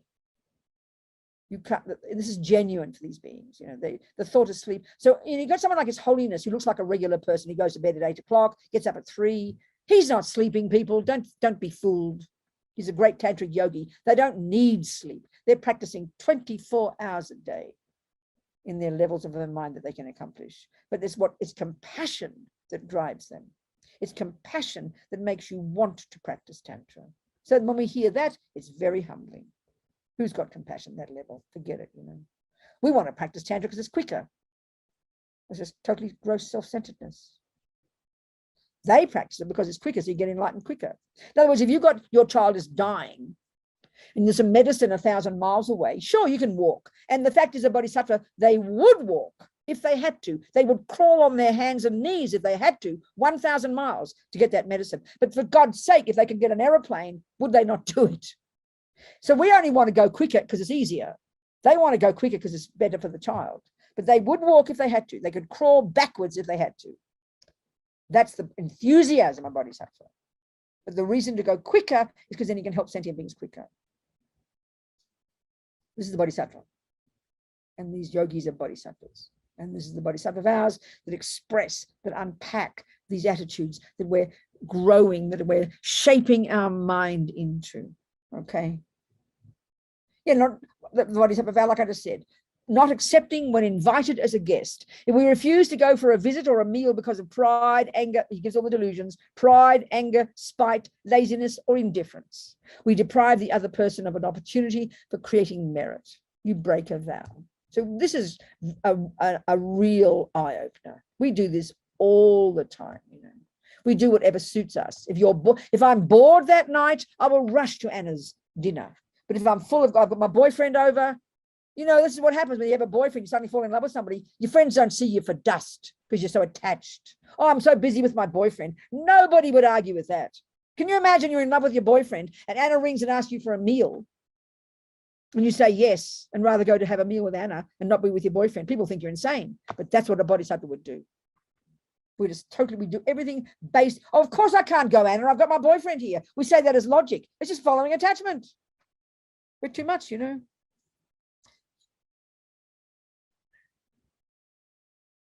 Not giving teachings. If you're qualified to give any kind of advice, by not giving that advice, you break a bodhisattva vow. Just giving examples, okay, of the approach of the bodhisattva vow. It's more nuanced. Rooted, it's based on motivation, and it's more to do with what's best for the other person. The first lot are what's best for you. Play safe. Don't create future suffering. So it shows it's levels and levels. It's logical. It's levels of capacity, levels of psychological capacity. That's what it means, you know. Okay, this is an interesting one. You break a bodhisattva vow if you don't do something negative. If you don't do something negative out of love and compassion. Occasionally, certain extreme situations arise in which the welfare of others is seriously jeopardized, and there is no alternative but to prevent a tragedy other than committing one of the 7 destructive physical or verbal actions. In other words, you're allowed to lie, kill, steal, cheat on a partner if it is preventing suffering to another. This is heavy duty. You have to understand this really carefully and have enough wisdom. You can't play with these things. And most of us don't have this wisdom. That's why there's an example. I always give this example of Lama Yeshe. I always tell this story. You've heard me tell it, I'm sure. Years and years and years ago at Kopan, probably in the 80s, early 80s, late 70s, one of the Sherpa monks was very sick. This is a type of thing, a similar example. And Harry, this monk, an American fellow, had found a doctor, and he told Lama Yeshe that he'd found a doctor to help the monk. And Lama basically said he doesn't need a doctor, it's okay. So Harry, trusting Lama Yeshe's wisdom, didn't get a doctor. Well, Harry observed the monk was getting sicker and sicker, and eventually the monk went back up to his family up in the mountains and he died. Now that sounds like Lama Yeshe was cruel, isn't it? It's clear. He can easily be criticized for that. I mean, I just read now, it's very heavy in Australia, an entire group of a small religion who don't believe in doing medicine. They believe in God's blessings. They supposedly allowed one child to die. But their motivation was clearly pure because they have faith in God. They've all been accused of murder because they didn't do something to prevent the death of this child, according to the Western views, you know. This is the same here. So what's all that about? Well, Lama Lundrup, the abbot, told Harry, well, of course, one, Lama's got clairvoyance. And this is why you get clairvoyance even when you just get shamatha. We've had clairvoyance in countless lifetimes. This is nothing special, but you haven't used it, that subtle mind, to get emptiness. So we've lost the plot. So clairvoyance is an ability to see beyond the grosser level, to see the past, to see the future, to see the mind of another. So clearly Lama had bodhicitta, clairvoyance. Obviously Lama has got bodhicitta and therefore realization of emptiness, all these 3. He's accomplished these 3. So then, as Lama Lundrup said to Harry, well, clearly Lama could see the mind exactly of this monk. He could see exactly the negative karma he created in whichever life it was in the past. He could see clearly that if the monk had got a doctor, he would have gotten better and had a fine life. But he would not have purified this heavy karma from the past, and his next life would be much, much worse. So Lama could see that and therefore made the decision better for the monk. He got taken care of. He had a very good death. He got taken care of, and that experience purified all the karma of that particular action, and next life was fantastic. Yeah, who's got that kind of wisdom? We do not have it. So we can't play with this, you know. But in this case, as it's true, it's literally a bodhisattva vow. So, for example, you know, these 7 are taking, you can kill, steal, jump on the wrong partner, lie, speak divisively, use harsh language, or rabbit on. These are the 7 non-virtues of the body and the speech. So this is a powerful concept, but you would do one of these based solely on a purest motivation, knowing it would bring benefit. That kind of wisdom we mostly don't have. So we don't play, you know, we don't play with it, like with Lama, you know, we don't play with that. But in a small, that's like calling like a white lie. You know, but it's got, we love to lie because we're protecting ourselves mostly. But if you can see sincerely that lying to that person is beneficial to their mind, then you would do that without a doubt, based on a pure motivation, not as instinctively, but you would do it with a pure conscious motivation. Now, to kill for this reason, that's pretty heavy duty, isn't it? Can't think of that one. That's why we don't. That's why if we don't understand these bodhisattva teachings, and if we don't realize that this is a level of wisdom that you can cultivate, then the world doesn't make sense to us. Then we hear about bodhisattvas who harm others. It just doesn't make sense to us.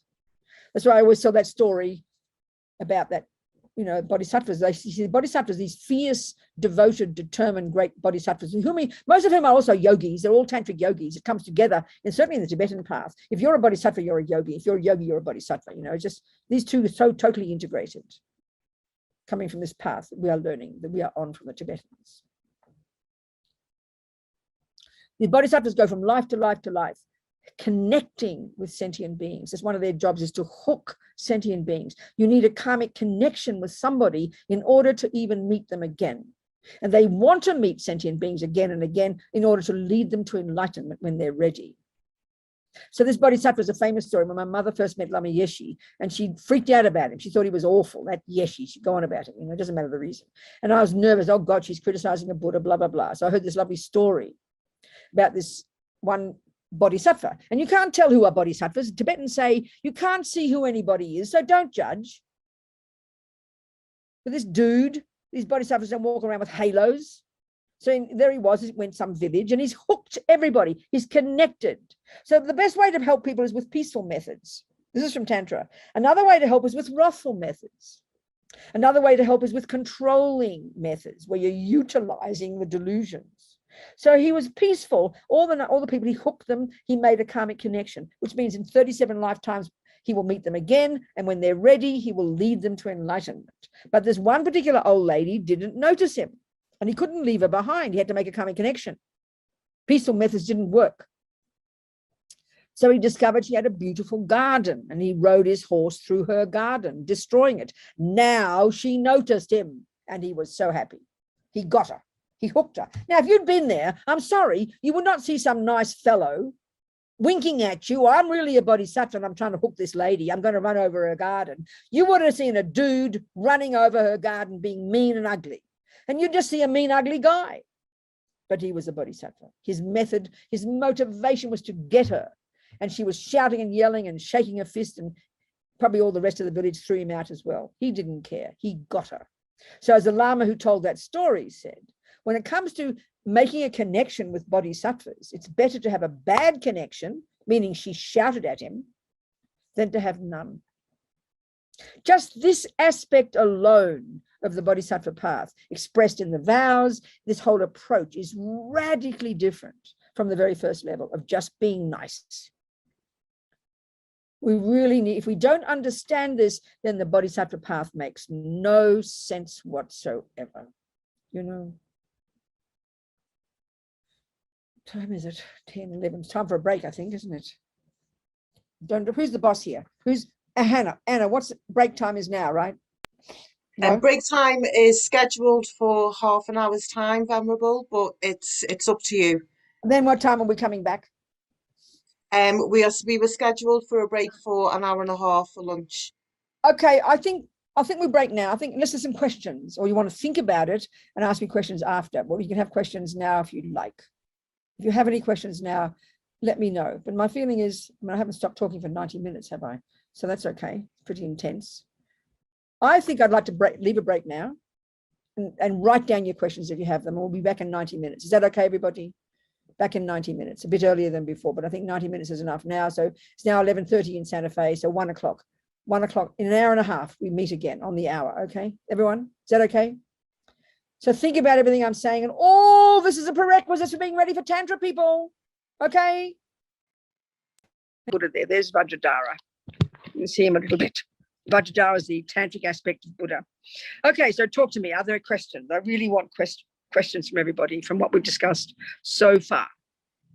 We have a question in chat, Venerable, Good. and it starts, I would like to hear more about what is the dualistic mind and how it causes us trouble. And there's a more specific question that follows. Could you tell us more about attachment?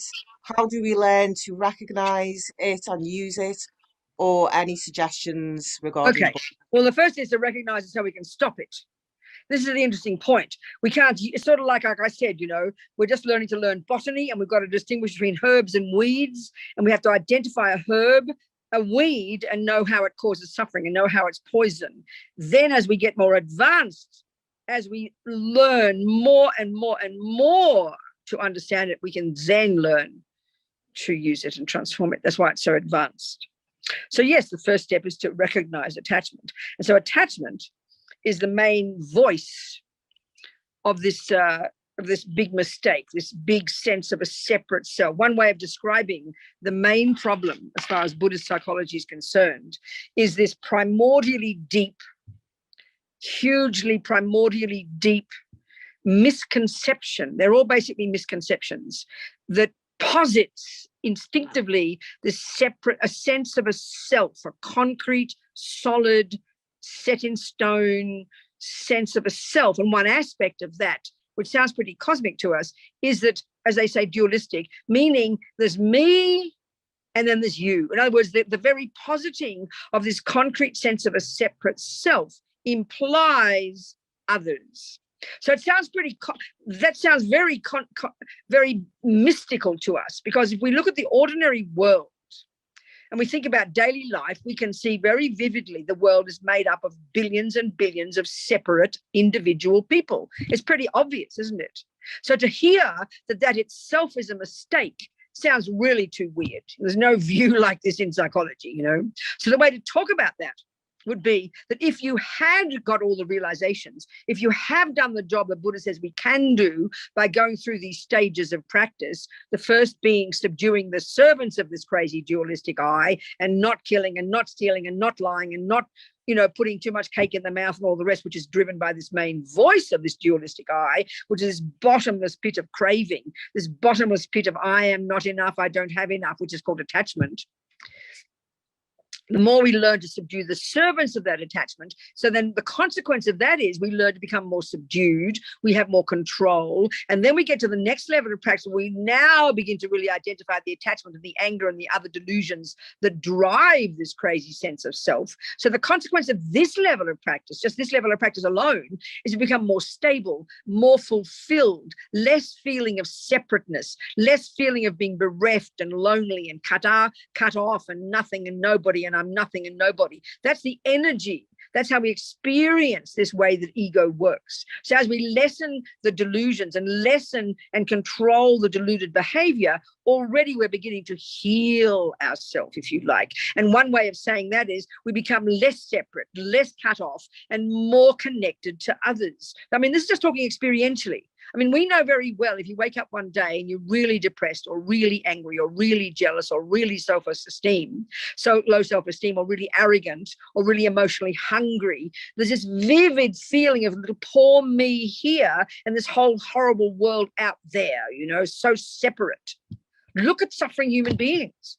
So as we lessen that, as we start to do this first level of practice, we become more fulfilled, we become more content, and just naturally we become more expansive and more connected to others. So this process, and as you keep going on that process of continuing to grow yourself, continuing to lessen delusions, continuing to grow your goodness, and then on the Bodhisattva path, continue to grow your goodness, and you eventually cut that neurotic sense of self by realizing emptiness. Now you have this amazing, joyful, vast, extraordinary, compassionate, empathetic, connected person. It's just a way of talking very colloquially. This is the experiential result of this practice. So then we can begin to really realize how this positing of the separate, poor, lonely, bereft, concrete me is a complete fabrication. We've made it up. And Buddha says we've been believing in this for eons, but we believe in it totally. This is the kind of the background to it. So we need to learn then to recognize these components of this ridiculous I, this emotional hunger, the starting point of this disconnected, separate sense of self. The main voice of this separate sense of self is this emotional hunger. I do not have enough. I am not enough, never content, never fulfilled, never enough, never enough, never enough. We know that, we recognize that. That's the energy of attachment. Then that means we're always hungry to get something more, to get an object of the senses, which is the most obvious level, or to get approval by others, or people to love us and praise us and stroke us and tell us we're nice people, to always get something more. And the utter belief of that attachment is when I get that something, when I get that praise, when I get that object, I will somehow be more fulfilled. But in Buddha's telling us, it's a real misconception. And this really takes time to identify, because the more we follow attachment, as my mother used to say as I was a little girl, and I'd think about it, the more you get, the more you want.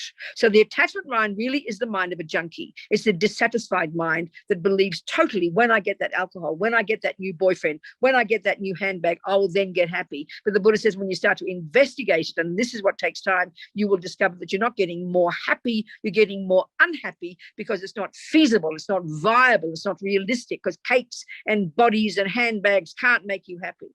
It's the mind that makes us happy. And in fact, it's the giving up of this attachment that brings us contentment and joy and fulfillment. There's just casual words for it, you know. So we need to learn the technicalities. We need to learn what attachment is, what is ego grasping, and how they function. And then you put meat on the bones from your own daily experience. And then eventually you can learn to work with this energy as at the most advanced level. That's the general answer.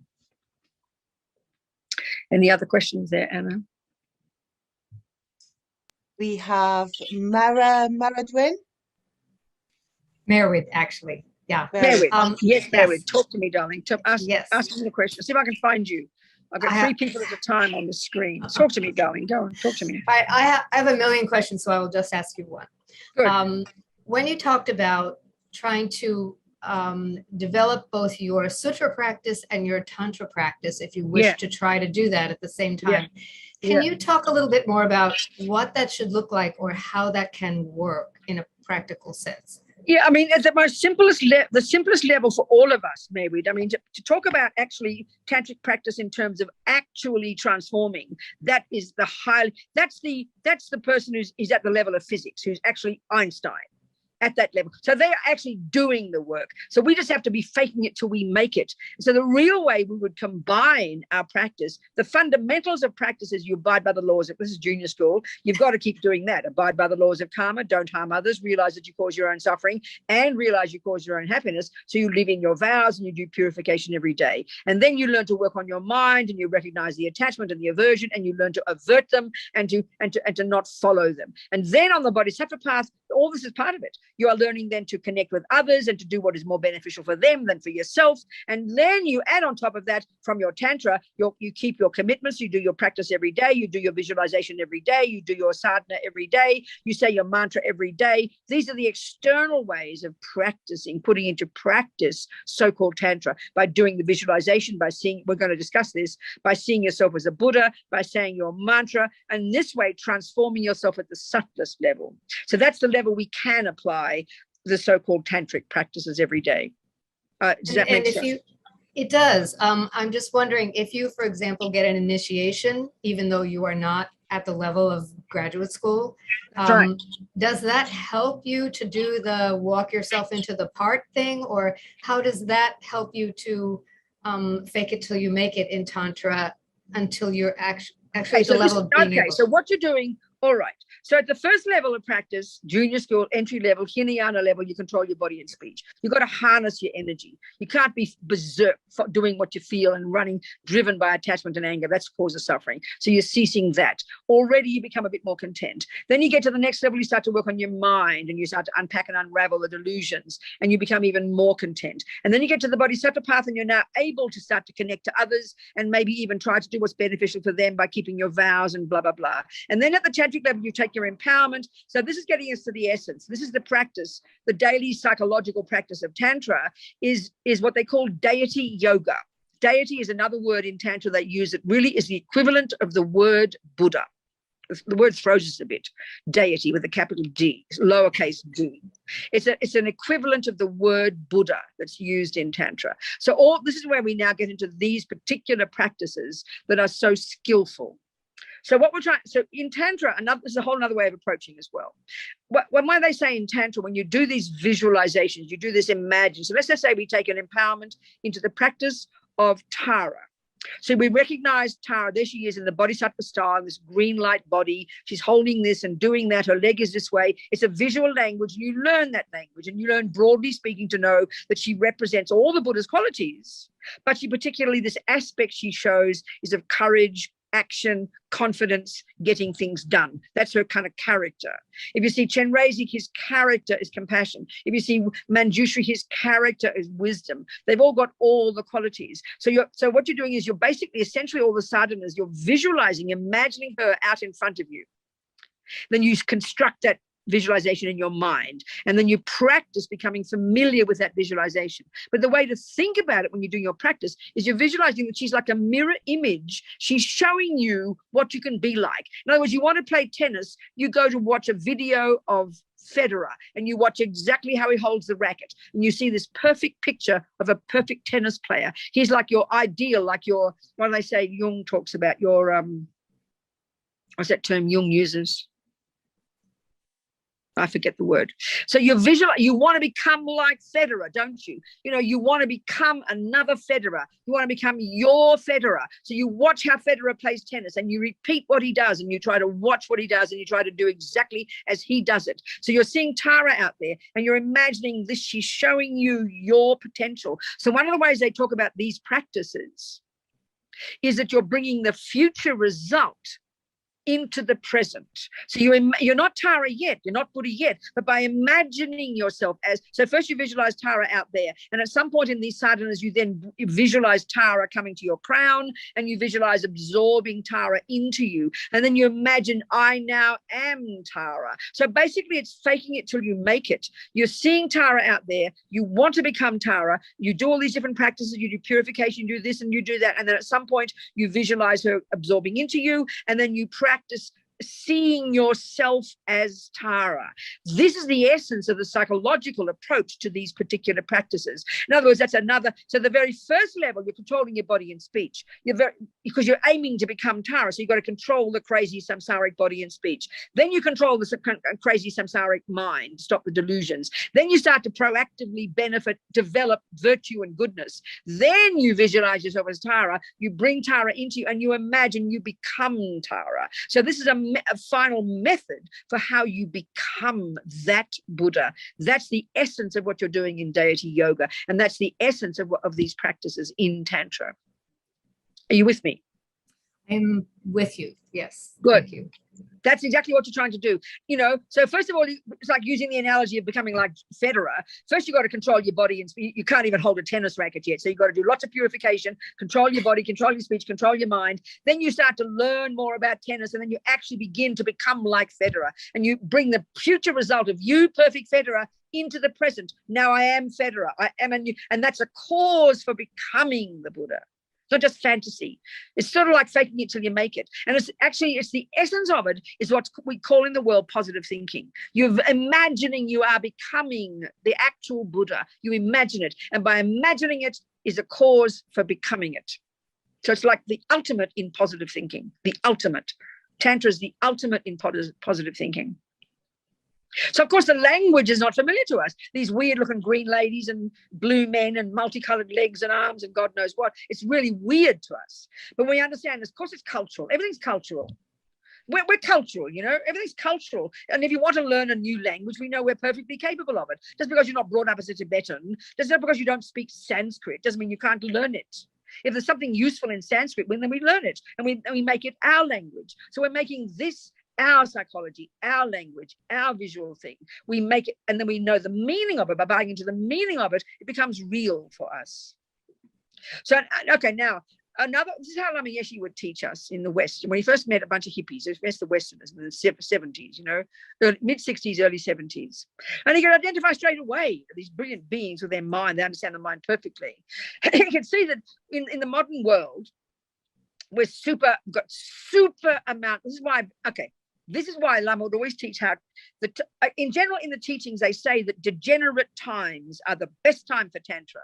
And what that means is degenerate times is when there's bucket loads of attachment. So look at our world. I mean, you go to 14th, 20th century Tibet before 1950 was like 14th century Tibet. No different, I promise.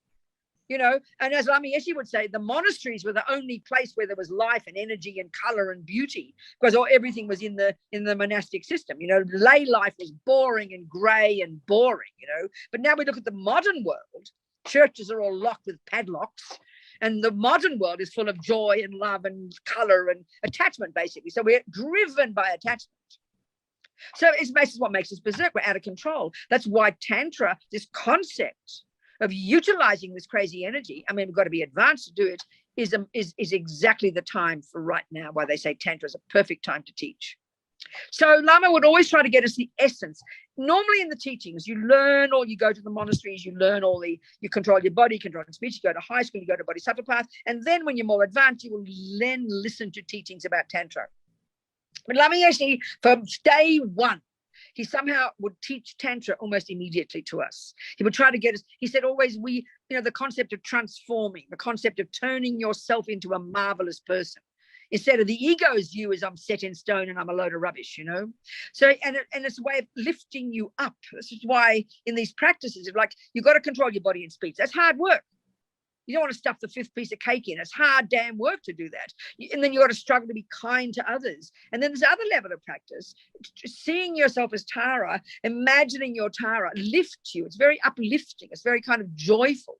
You're identifying with your marvelous future potential. It can lift your mind. And Lama would always teach us these practices from day one.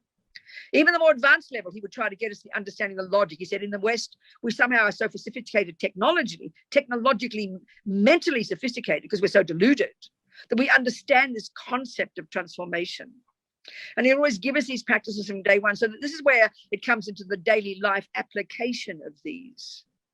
So he could see, and he'd always make jokes about how we had all this self-pity. Poor me. He said, you people don't even know how to be happy. You only know how to be miserable. And this is the irony of ego. And the more we can understand the way Buddha talks about the delusions, and, it's self-pity, anger, attachment, low self-esteem, arrogance, pride, they're all actual voices of a victim. It sounds very brutal to say that.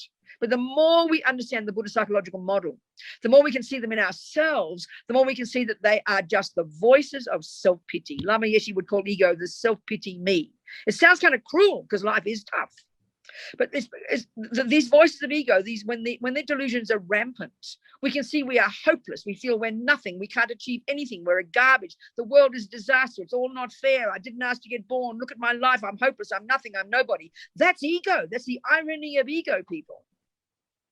So by lessening ego, by lifting ourselves, and by identifying with Tara or Chenrezig, all these Buddhas, it lifts you. And actually, it's a sign of self-respect. So we're really applying this tantric concept in daily life, the way Lama Yeshe talks. They talk about developing divine pride. I mean, what a wonderful saying. Divine pride. Instead of this constant addiction, I'm nothing, I'm nobody, I'm nothing, I'm nobody, So you're identifying with being the Buddha, with becoming the Buddha. So you lift yourself up. That means you have self-respect. That means you wouldn't just go, blur, I'm hopeless, I'm nothing, I'm nobody. That's almost like we have a tantric vow. The vows of tantric vows, you have a vow not to abuse yourself. We love to abuse ourselves. I'm hopeless. I'm nothing. I'm nobody. It vomits out our mouths. So Lama could see the self-pity way that we are. So by giving us these practices, it's the opposite. You're identifying with becoming the Buddha, blissful, joyful, radiant. It's not fantasy. It's your potential. So then you develop the sense of self-respect. So then what you present to the world is not this self-pity, sad me, but is a joyful, kind, empathetic, compassionate me. How amazing, how marvelous. It's a gift to yourself and to others. So these practices can really lift us if we can get this sense of psychologically what they're meaning, you know. This is all talking tantric. This is tantric psychology, speaking very simply on the earth in daily life, you know. Are we communicating, people? Are we communicating? Maybe, does it make sense? Yes, it makes great sense. Good. Thank you. Yes. Okay. Who else is there? Hang on. Yes, go talk to me. I can't see people's names. Yeah, David, talk to me, David. Good. So if we're talking about Tara, it seems that she's just an intermediary, and what we're really trying to focus on is just, you know, the emptiness of our own consciousness, of our own mind. You know, if we merge Tara coming from the outside with, you know, our Tara nature, what we're really focusing on is getting rid of the I and becoming Tara, getting rid of the subject, object. Exactly. But she's not could be anybody. What do you mean by David, what do you mean by intermediary? Well, I mean, we could have picked anyone. If we're looking at emptiness of our mind, we didn't have to pick Tara, but that's the object to get to. Well, it's the one Roger Federer has to be out there for us to show me how to become my Federer. And eventually in Guru Yoga, you don't just think she's an intermediary, you don't throw her away. You identify, when you realize emptiness, you become oneness with Tara. You are Tara and Tara is you. So it's a method, yes, for you not just to realize the emptiness of your mind, because you've got to realize the emptiness of your mind, that's your true nature, but then you have to show to others, and that's when you become Tara now for others. So you're saying, I'm agreeing, I'm just adding a few words to what you're saying. Are we communicating, David? Well, I mean, yeah, we have Tara nature, but we have everyone's nature. We have every Buddha's nature. Yeah, but all Buddhas are the same as each other. They're all the same. It's just a question of what personality we have. And as we can see, it's a good point, David. So we can see, can't we, that we've all got different style. Some of us are more big, small, soft, quiet, slow, fast. And if we're doing it on this path, then that's why we learn to identify with a particular yidam. That particular Buddha is the one that works for our personality in this life. Could be Tara, could be Yamantaka, could be male, could be female, could be peaceful, could be wrathful. They're the different manifestations. You're absolutely right. But when we see the true nature of all of those, when we realize the Dharmakaya, the emptiness of our mind, then they are all just different manifestations of the same Buddha mind. So yes, they're techniques, they're methods to help us to accomplish our own Buddha nature. You're absolutely right. So we're saying the same thing, David. I'm adding just different words. Are we communicating, David? We are communicating. But are you sure you're content with what I'm saying, or is there still some questions there? Well, you know, we picked Tara as an example of a Buddha.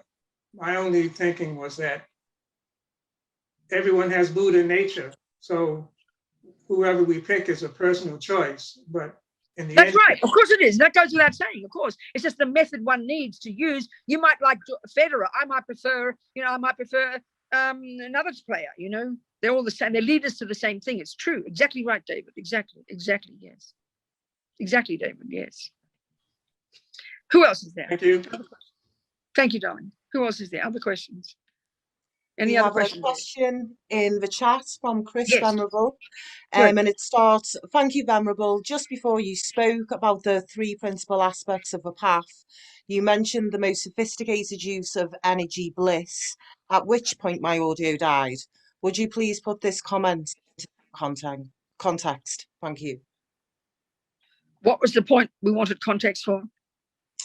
It states, before you spoke about the three principal aspects of the path, you mentioned the most sophisticated use of energy bliss. Okay, those words, I hear you. I'm kind of trying to remember what I did say, because those are words I wouldn't have said exactly those words. Okay, I think I said, what I was saying is talking about attachment.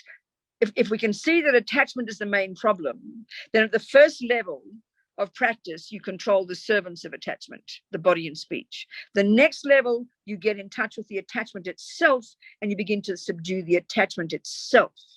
Next level, you go to add bodhicitta to the mix, compassion, and then you even there are learning to work with attachment, mitigate it by adding compassion to the mix and virtues. And then finally, at the most sophisticated level of practice, when you've accomplished renunciation, bodhicitta, and emptiness, and you've taken empowerments, and you are a genuine yogi or yogini, there it's just technical. There's something about, okay, bliss is just this word that's another word for very happy. This is a really important point. Okay, let's look at this a bit. We learned this in low rig. We learned that we've got deluded states of mind, anger, attachment, jealousy. We learned that we've got positive states of mind, love, compassion, empathy, forgiveness, all these words. We know these, and these are the crucial ones we have to distinguish between, because the first lot causes suffering and the second lot causes us happiness. The first lot causes us to harm others, and the second lot causes us to help others. So this is the fundamental job of being a Buddhist. Then we've got this third category of states of mind. And these I like to call the mechanics, like concentration, good memory, alertness, discrimination. These are crucial parts of our mind that whether you're a murderer or a meditator, you need these to function. They're neither virtuous nor non-virtuous in their character. And we need to cultivate these in order to do the job of distinguishing between delusions and virtue. Now, curiously, and this is really what I want to talk about here, there's another state of mind in there that's simply called feeling, not the equivalent of what we mean by emotion. This is hard to hear initially because that's not how we think. But there's only ever three kinds of feeling we have. One is called happy feelings or pleasant feelings. One is called unhappy or unpleasant feelings. And one is called neutral. So for this discussion here, let's forget the neutral. So we know we are driven, every being in the universe, Buddha says, is driven by the wish to only have pleasant feelings. When we say happiness, because we're so addicted to believing the chocolate cake causes it, or the brand new boyfriend causes it, that we even conflate the word happiness with the object. When we think about happiness, I say, tell me about your happiness, Robina. I'll tell you all about the cake. But the cake is merely the trigger. It's simply the catalyst, such that when I have contact with it, this is the words, happy feelings are triggered in here. This is the whole point that Buddha's telling us. And we've got a total mistaken concept in our mind. We believe totally that cake, boyfriends, handbags, praise, the weather, external events, they are the cause, the direct cause of the happy feelings. We all believe that. That's the samsaric philosophical view, and that is what leads us to nightmare and misery, because it's a lie, Buddha says. This is a technologically a sophisticated point, that the cake is merely a catalyst, and it does trigger happy feelings. But the Buddha's telling us those happy feelings don't last, because the more you eat the cake, they turn into unhappy feelings, and now you want to vomit. This we know, but because we're addicted to believing that the cake is cause of the happy feelings, we keep eating it until we want to vomit, and then we've lost the plot. So he says we've got a completely mistaken philosophy in the mind. This is the samsaric philosophy that cake is the cause of the happiness, the happy feelings. Cake is there, happy feelings are here. And attachment is this fantasy, greedy monster inside us that makes us believe that cake will make me happy. It does trigger happiness, but it's not the main cause of the happiness. This is a crucial point that you have to learn in the middle scope. If you don't understand this, you do not understand how to use the bliss, and this is the word here, and bliss is just a very nice word for very, very, very happy feelings. That's all it is. Use no way in the universe can you use that bliss, as I'm about beginning to describe, on the tantric path. Forget it. you're out the window. Sort of a big joke. So happy feelings. The other option is unhappy feelings, unpleasant feelings. And we know we have a whole spectrum of those. And the ugly cake that makes you vomit triggers the unhappy feelings. The boyfriend's mean words trigger the unhappy feelings. You know, the bad weather triggers unhappy feelings. And of course, we make the mistake of thinking the boyfriend is the main cause of the unhappy feelings. And what's another word for unhappy feelings? Suffering. So happiness is another word for happy feelings. Suffering is another word for unpleasant feelings. And we have many, many very happy feelings, mild happy feelings, many, many unpleasant feelings, and really unpleasant feelings when you're raped or murdered or attacked or dropped a bomb on you. But these are not the main cause of our unhappy feelings. And this is a samsaric story. This is exactly what Buddha's telling us back in junior school and high school. I'm sorry, Robina, that atomic bomb is not the cause of your main cause of your suffering. It's your past karma that caused you to be in the place where the atomic bomb fell. It caused your past negative karma caused you to be in the front of that boyfriend who punched you in the nose. And your virtuous karma in the past is the main cause of why you meet a boyfriend who's kind to you. This is his technical explanation of happiness and suffering. Karma is an explanation of what happiness and where it comes from, and suffering and where it comes from. So you've got to have karma down first. Then you have to go dig deep, drill down into the mind and distinguish between virtue and non-virtue, and then understand these mechanical parts of the mind and understand the meaning of the word happy feeling, pleasant feeling, joyful feeling, ecstatic feeling, rapturous feeling, blissful feeling, that it's a spectrum of happy feelings, and they're neither good nor bad, but we all want them. So Buddha's saying, hey guys, I found a method of how you can get such happy feelings, you won't believe it. The first method is stop harming others. The second method is give up attachment, the junkie. The third method is practice compassion. And the fourth method, the quickest one, is practice Tantra. All of these are methods for you to become a blissfully happy person very, very quickly. And then, of course, you add bodhicitta and it helps you help others. This is the logic of the entire Buddhist path, okay? So the word bliss. Even when you get shine, even when you get shamatha, this is a technique that the Hindus before the Buddha invented. These genius yogis invented this brilliant psychological skill that enables you to completely subdue the deluded parts of the mind to access a subtler level of mind that we don't even posit as existing in the modern world. Beyond the brain, beyond conceptuality, beyond sensory. These genius Indians 3,000 years ago invented this. And this technique, which Buddha took with him when he diverged in his own direction, is called single-pointed concentration, called shamatha, called samadhi, single-pointed concentration. It's this brilliant skill that enables you to completely plumb the depths of your own mind to levels of subtlety that we don't even know exist. Now, as Lama Yeshe points out in his Mahamudra book, straightforwardly, that the levels of joy and bliss and ecstasy and rapture, whatever damn word you want for very happy feelings, you can't even imagine the level of rapture, joy, ecstasy, bliss that you can accomplish. And that Buddha's telling us it's the natural state of our mind. You don't get it from, it's the natural state of your mind. And by getting single-pointed concentration, you access it. And it's blissful, it's peaceful, it's calm, it's unneurotic, it's undiluted, that even is just getting shamatha. And the Buddha says we've had single-pointed concentration countless lifetimes.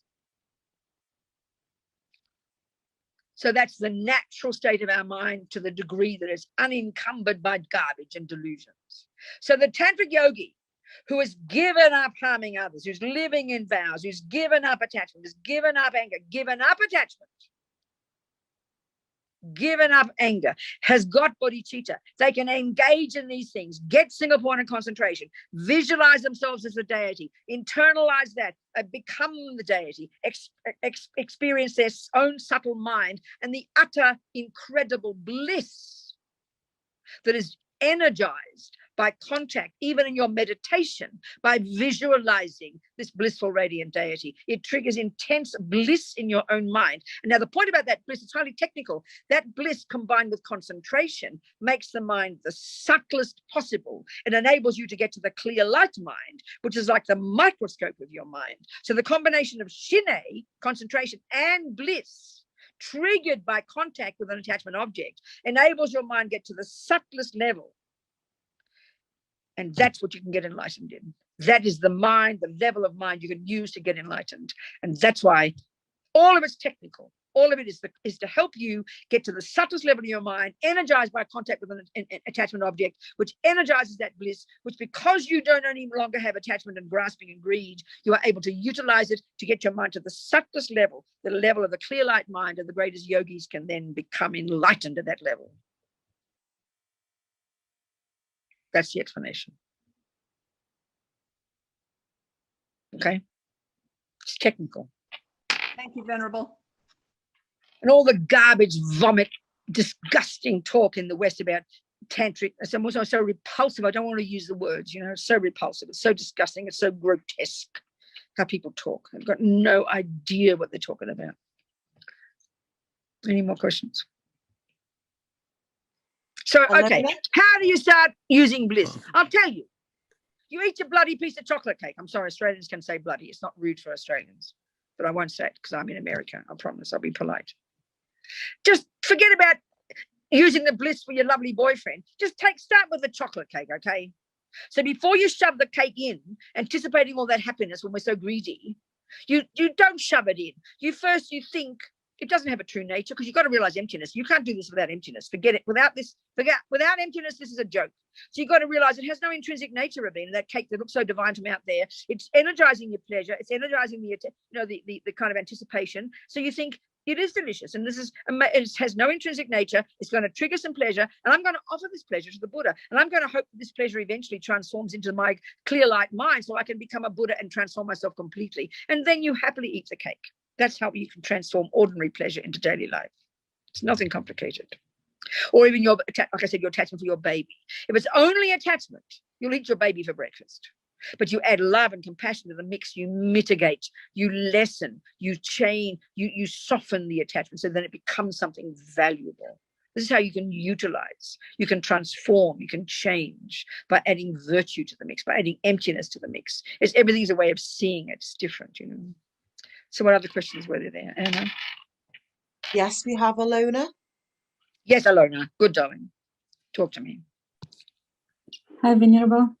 Hello, Thank you sweetheart. for your teachings. Let me see if I can find you. Go on. 3 people at a time. Go on. Talk to me, Alona. I want to ask you about utilizing energy of aversion. Sorry, what? Say it again. Utilizing energy of aversion. Okay, well, let's keep it simple and just say, how can I utilize anger? Just keep it simple. Don't say energy. It gets a bit too fancy. How can I work with anger? Is that what you're trying to say? So give an example, for example. Give an example of what you mean by that in the situation. Well, I am my teacher. She criticized me for my paper. So my attachment to reputation, I was angry. The anger arose. So, but I didn't respond to her. I've seen this anger. I've seen what's happening in my mind. So I use that energy to write another paper, which should be done over 5 months. And I wrote it in a month by just using that energy. Okay, so let's analyze. It's good. Okay, let's analyze it. So to be technical, you had anger towards this person who said your work wasn't good. And out of anger, and you're saying you used it because you use this to then write another paper in 1 month. Well, I would say that's just called pride. You just made it worse.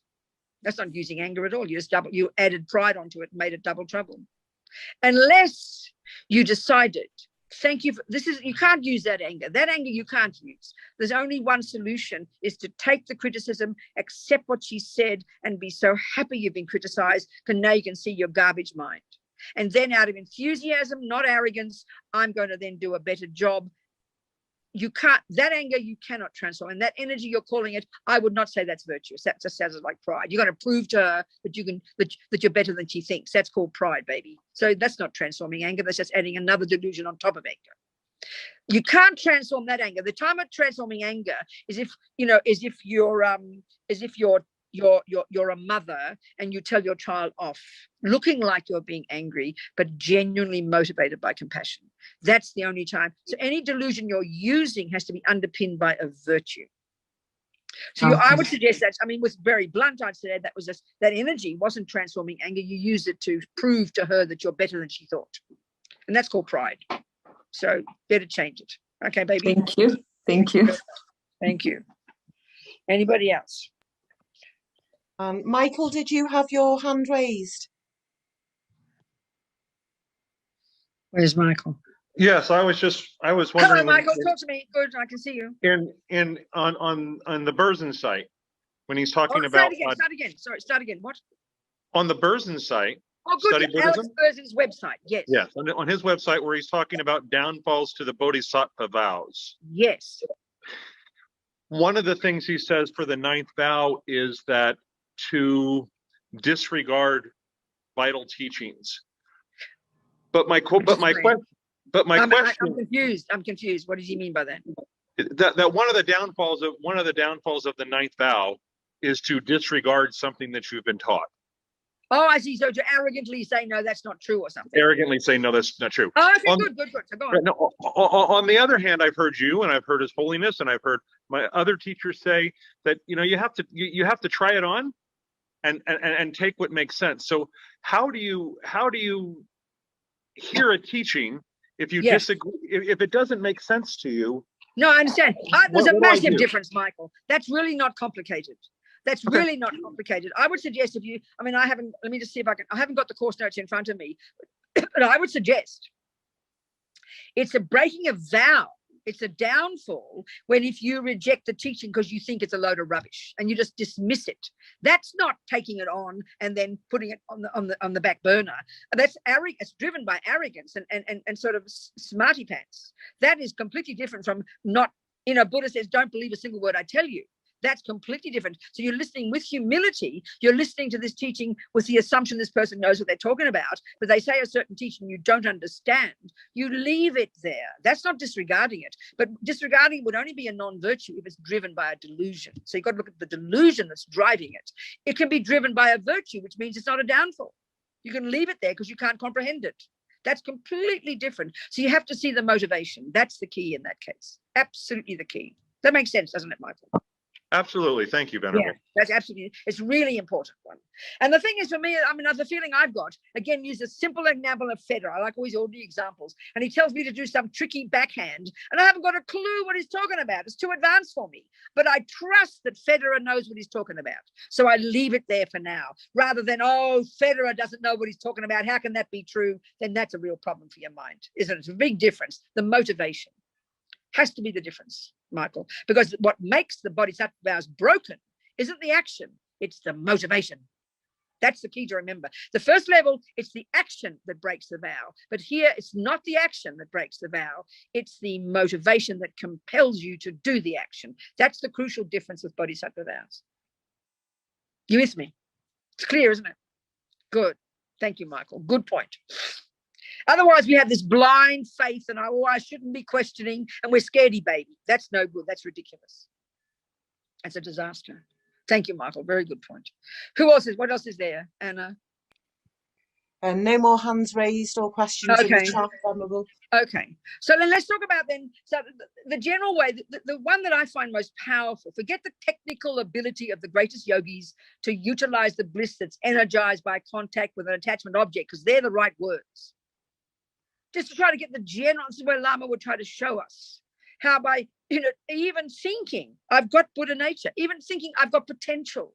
Stop identifying with my garbage, Robina. Stop showing, oh, I'm hopeless, I'm nothing, I'm nobody, I'm garbage. And when someone says to you, how are you? And you vomit out all your rubbish. It's like it's an insult to someone else for a start. So it's amazing practice. You know you're not developed yet. You know you've got attachment or aversion. But how about when someone asks you, how are you? I'm really well.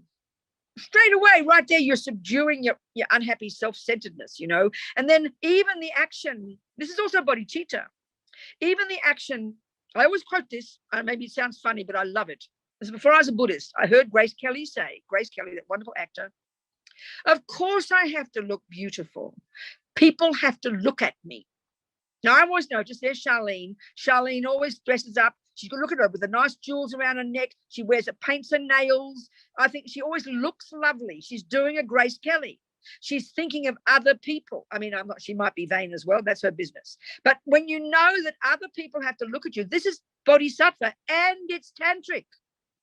You know, you're looking like a deity. You make yourself look beautiful, motivated by the wish to make people happy. But look at the difference it does to you. If you walk around like an old drag with smelly armpits, of course you got low self-esteem. Okay, if you're a yogi in the mountains, you can be naked and pick your nose in peace. It doesn't matter. But if you're in the public among human beings, for their sake, you look nice. But for your own sake, you know yourself, if you're going to a party and you dress up, this is something so simple. This is tantric psychology. You dress up to look beautiful. So then you become this, and it lifts you. It lifts you. If you go to some person's party and the toilet smells and the food's on the floor and the dog shits around the corner there, it's very depressing. It's not going to lift you at all. But if you look nice and the people look nice, if you've done it with the right motivation, it lifts you from this self-pity, I'm nothing and I'm nobody.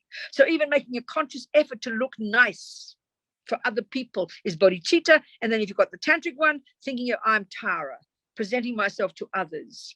Because it's the tantric practices are oneness with bodhicitta. You can't separate them from bodhicitta. This is marvelous. We get this one, you know, we get this.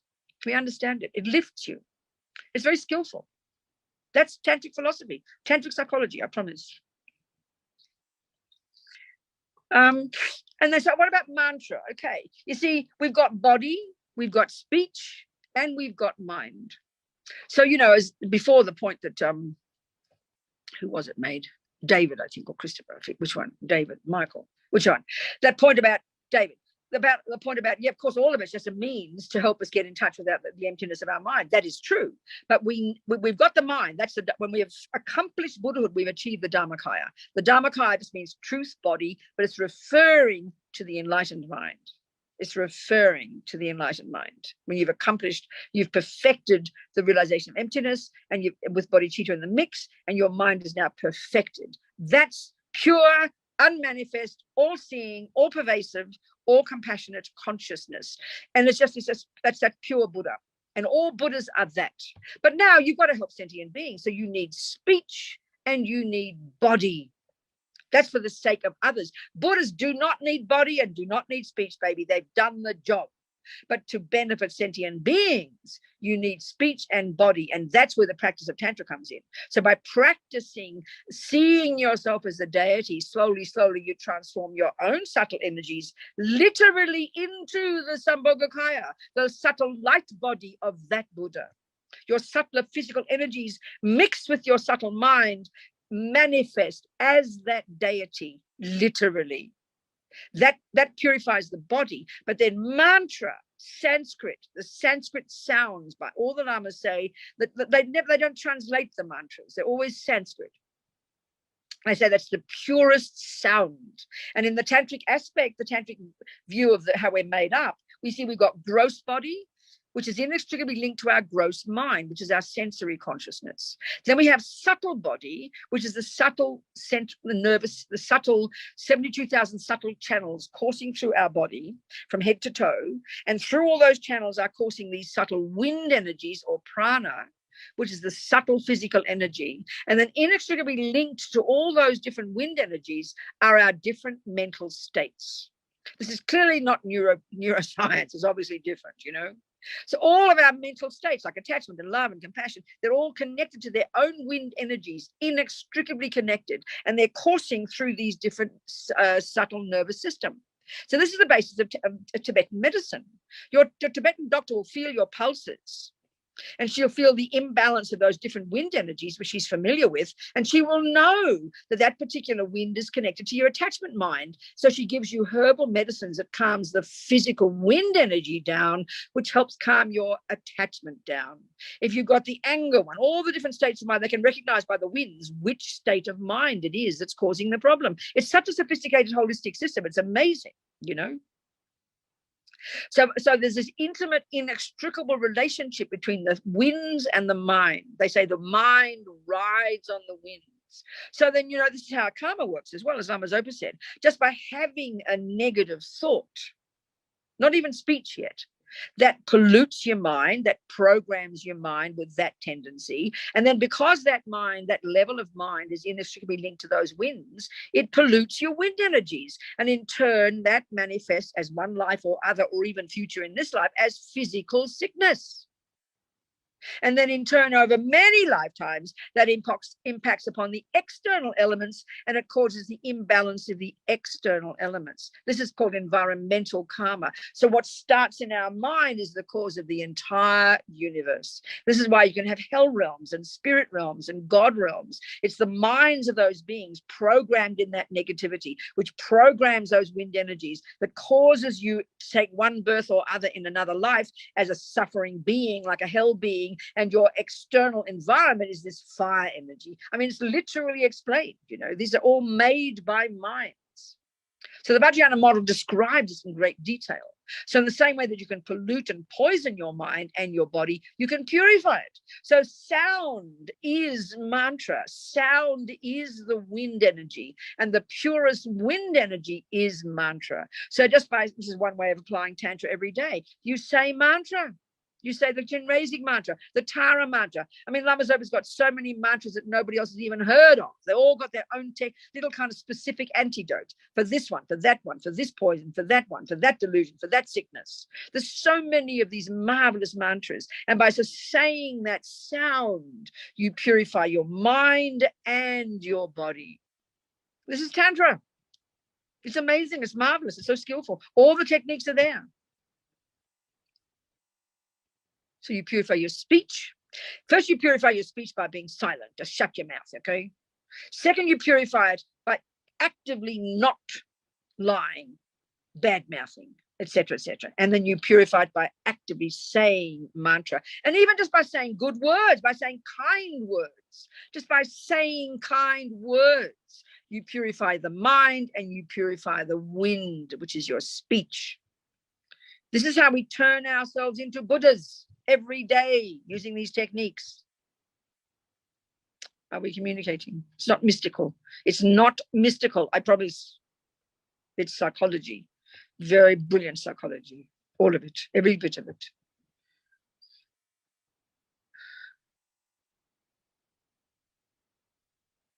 So this is the thing again about happy feelings and unhappy feelings. They're not delusions. They're not virtues. That's why if you don't study the Buddhist view of the mind that can distinguish between a deluded, neurotic misconception, attachment, anger, jealousy, pride, a virtuous, valid state of mind, love, compassion, you know, all the rest, plus these neither virtuous nor non-virtuous, but are crucial states of mind: concentration, good memory, discrimination, alertness, vigilance, feeling.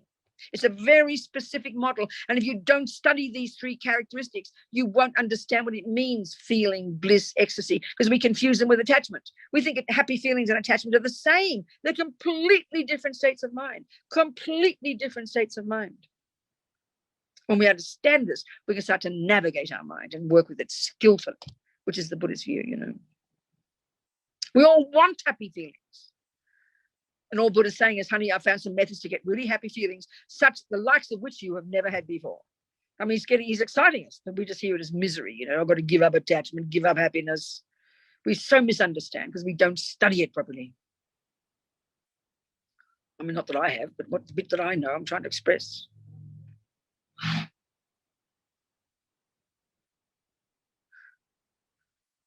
Any questions? People? Any questions of any description? 2 o'clock, another half an hour. Time goes quick. I have a short question, Robina. Good, when you darling, talk about happiness and you talk about bliss, is there a difference between happiness and between the bliss that you are said to achieve when you have understood emptiness or reached enlightenment? Are there different in quality? Degree, darling. Of course it is. It's a question of degree. That's all. It's degree.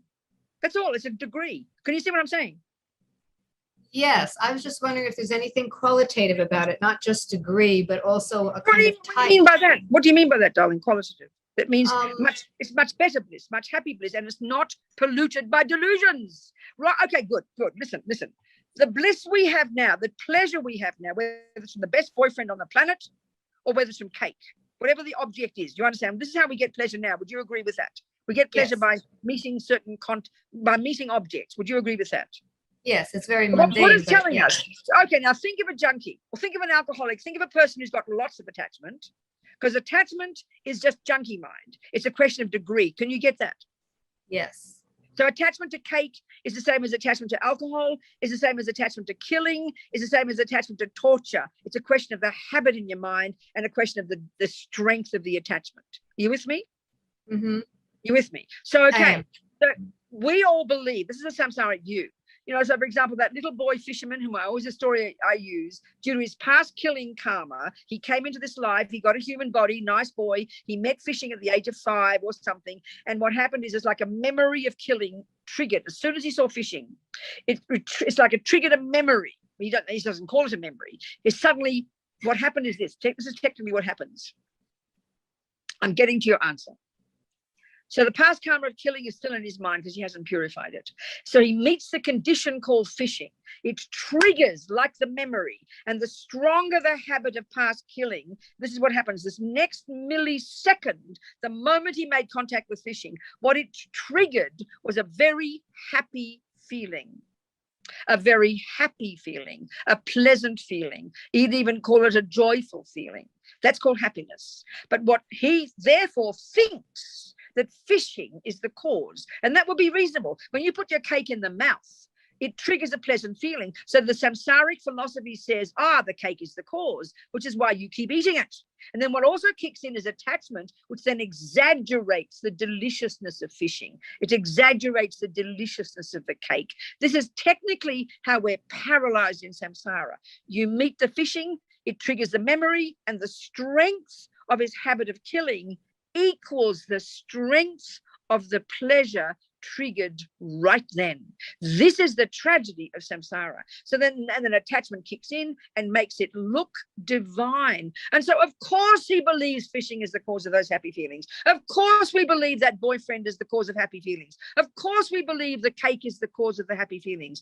It triggers the happy feelings. It is not the main cause of the happy feelings. And the strength of the habit of that sex, the strength of the habit of the killing, the strength of the habit of eating cake equals the strength of the happy feelings. And this is the tragedy of samsara. And then attachment kicks in and makes you believe it's divine, and then you keep wanting to do it, and then you just lead yourself to hell, because what you've done is destroy the happiness.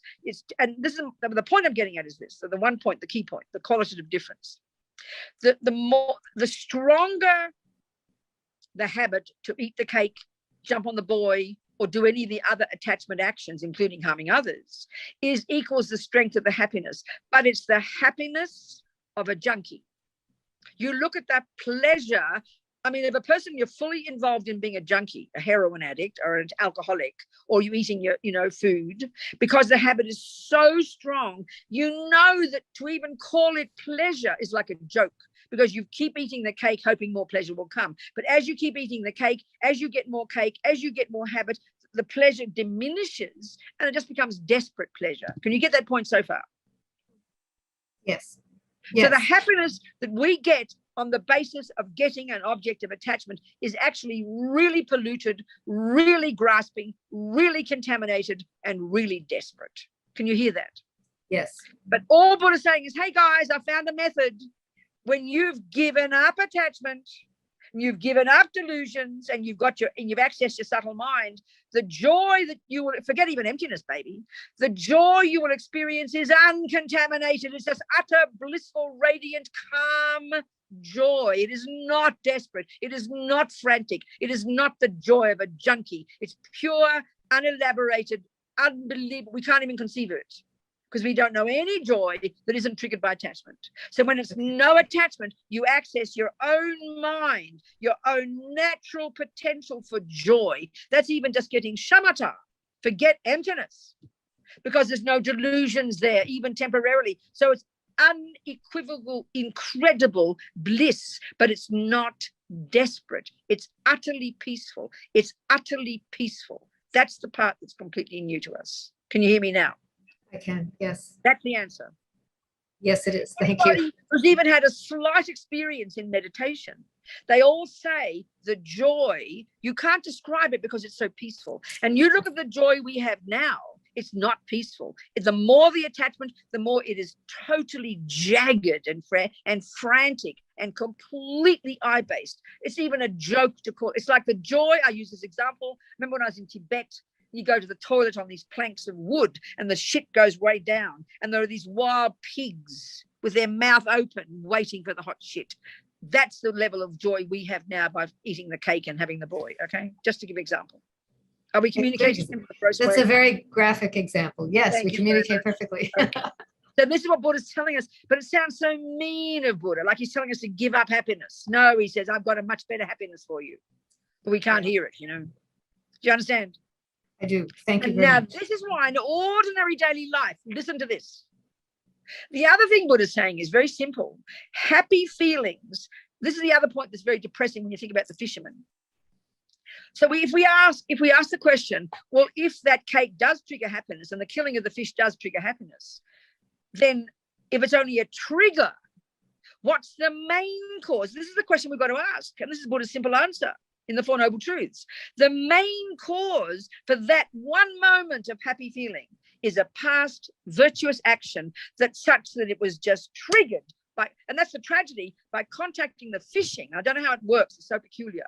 It triggers your little bank vault of virtuous seeds. And one of those virtuous seeds is triggered as a happy feeling. But you have to kill the fish to trigger it. So it's sort of like you're using your money for toilet paper. Every time you get your money out of the ATM, which is the fruit of your virtue, you use it to wipe your bottom. That's the problem with the happiness we get now. It's so tragic. It's the main cause of any happy feeling is a past virtuous action, the seeds of which are in your little bank vault. And then the tragedy is by eating cake, by killing fish, and by harming others, it triggers one of those seeds and it ripens as a moment of happiness. So this is why samsara is so utterly, utterly tragic. We're tipping our virtuous seeds down the toilet, using them to harm others and create more suffering. That's the tragedy. Whereas Buddha's saying, what? Go on. Or maybe do we just mistake that initial feeling for happiness and it's not happiness at all? Maybe we But just I'm not mistake. saying that, am I? But I didn't say that, did I? I'm telling you Buddha's teachings, honey. I'm telling you Buddha's teachings. It is it's in this third category, remember? No, you're making it fantasy. You're making it too mystical. The third category of states of mind are called neutral, but I say that they're mechanics. It's better to call them mechanics. So feeling is one of those, and it's either pleasant feeling, unpleasant, or neutral. And honey child, every millisecond of a sentient being existing, as long as time exists, every millisecond you're either having a happy feeling or an unhappy feeling. Forget the neutral. So we only want the happy feelings, and we think the cake causes it, so we keep making a mess. And we only don't want the happy feelings. But in fact, the happy feeling is the fruit of a virtue, and the unhappy feeling is the fruit of a non-virtue. And the happy feelings we have now are contaminated and are like the happiness of a junkie. That's why they are happy, but they're contaminated happy. Whereas we can have pure happiness, like they call it pure. Don't be mystical about that. That means, so then this is even why, even looking at your daily life, we all know people who are just kind and good, who help others. We can see that. We know people who are like that. Look at their faces. They are happy. Look at their faces. They are joyful. Because why? Because they've practiced the habit of being virtuous. So you know, any time in your life, if you do the analysis and you are genuinely kind to a person, that triggers a happy feeling, and it's a more pure happy feeling than the happiness triggered by the chocolate cake. We know this. And if we can know this, it gives us courage to practice virtue and stop practicing non-virtue. Because we are the beneficiaries. It's not moralistic. We are the beneficiaries of this. We get happy. Do not discount it by being kind and loving and forgiving and compassionate. Are we communicating? We are. Good. What else, people? We have Victoria has raised her hand. Hi, Victoria. Hello. Okay, darling. Hello. Talk to me, sweetheart. Hello, sweetheart. Talk to me. Hello. So my question is actually a bit mundane. It Don't you rush. has to do with before, when you mentioned if you get an invitation, for example, to come to someone's dinner, to come. Yeah. do something with someone. Sure. Where does the discernment lie between accepting every invitation you receive? Motivation, Victoria, motivation. You've got to know your own mind. This is why these bodhisattva vows are more sophisticated, because you haven't done the inner work in the wisdom wing of knowing your mind and knowing when you're following attachment and knowing when you're not following attachment. That's the inner work of being your own therapist. If you don't know your own mind well enough, you won't know the difference. It's you knowing your own mind and being consciously deciding. So I ring you up and I ring you up and say, come for dinner, Victoria. And you're comfortable. You're sitting there comfortable. There's no logical reason why you shouldn't come for dinner. But if you try to keep a bodhisattva vow, you want to seriously keep a bodhisattva vow, you would notice your mind being happy to be comfortable. And you decide, no, I'd like to give Robina the opportunity of being virtuous. And I know it sounds kind of weird because we don't think this way. It doesn't mean you have to do it every time, but it's the motivation that makes it virtuous or not. And if you don't know your own mind, you won't know the difference. So if you're just being a naive little girl, want to make everyone happy, that's not virtue. That's just being self-centered. Then you become a mess and you get used by other people. You're becoming a yes girl. That's not virtue. That's just followed. That's driven by attachment to being liked. Mm-hmm. You get my point? So you've got to know your own mind, darling. You've got to know your own mind, Victoria, and be in charge of it. Mm-hmm. That's the answer. Mm-hmm. Are you with me? Does it make sense? I think so. Good, darling. And then you'd have the courage to say, because you see it's not beneficial, no, Robina, I'm busy tonight, even if I get upset with you, because you have confidence it's the right answer. So that kind of wisdom is not easy, because we're so driven to make everyone happy in an erotic way, by attachment. That's not virtue. Mm. You understand, Victoria? Mm. Good, darling. What else, people? Who else is there, Anna? Any other questions? No more questions as of yet. All right, darling. Huh? Something's happened. Wait a minute. Okay. Oh, sorry. Go on then, talk to me. We've got 15 minutes left. Time goes so quick. I can't believe it. Have I talked enough about Tantra? I think I have. I think I've given an overview. I hope I have. Levels of practice. Control your body first in your speech. Why? Because they're driven by delusions and you're sick of suffering. Then you start to control your mind, which is the delusions themselves, and you become the recipient of the benefit of this. Then you move into the compassion wing and realize we're all in the same boat, and you continue to work on your mind, but now in benefit to others. Then you go to Tantra, and you continue to work on your mind. You identify with the deity within you. You identify with that, and you say mantra. You say your practices every day, training yourself to become that Buddha. That's the essence of it. All of it is a method to help you become Buddha. But there's stages of development, stages of advance. And emptiness is the key. So let's talk about emptiness before we finish. Bodhicitta is what drives it. But what makes this possible, what makes this reasonable, is emptiness. In other words, if you've got a very fixed view about yourself, I am this, I am that, which is how we are anyway, then if you don't realize you've got the ability to change and that your nature is not intrinsic, you can't move an inch. So the idea of turning yourself into a green lady sounds like superstition. You should be locked up in a prison of mentally ill people. It just sounds like hilarious, doesn't it? Becoming a green lady or a wrathful looking dude with 14 hands. It looks like hilarious, superstitious nonsense. So the difference there is the realization of emptiness. And what does that mean here? It means I do not have an intrinsic nature. It means I am not set in stone. It means the implication of emptiness is I'm not set in stone and I can change. That even is good enough. That even is profound. I'm angry, but it doesn't define me. What we do is I'm angry, and then we exaggerate it, and we set ourselves in stone. She is bad, she is ugly, and we set it in stone. That's the opposite to emptiness. We start to apply dependent arising and emptiness. It loosens the grip. Yes, anger is there, but don't over-exaggerate it, and it doesn't define you. And then you get to the bodhisattva path, and you start to grow the love that counteracts the anger. And then you get to the tantric path, and you start identifying with these perfect, idealized beings.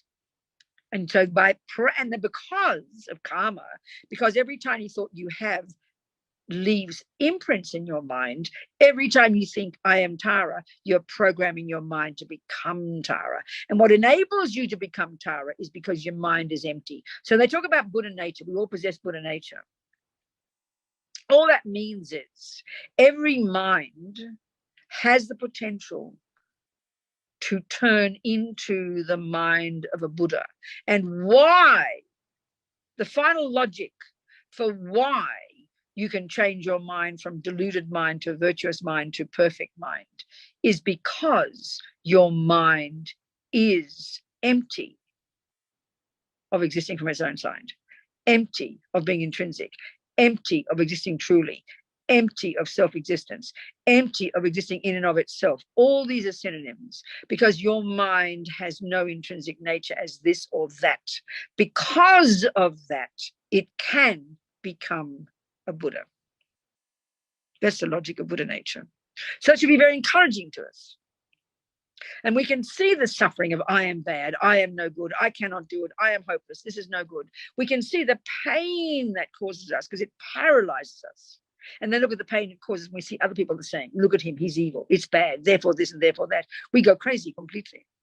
So by beginning to loosen the grip of this ego grasping, this instinctive primordial belief, I am this set in stone.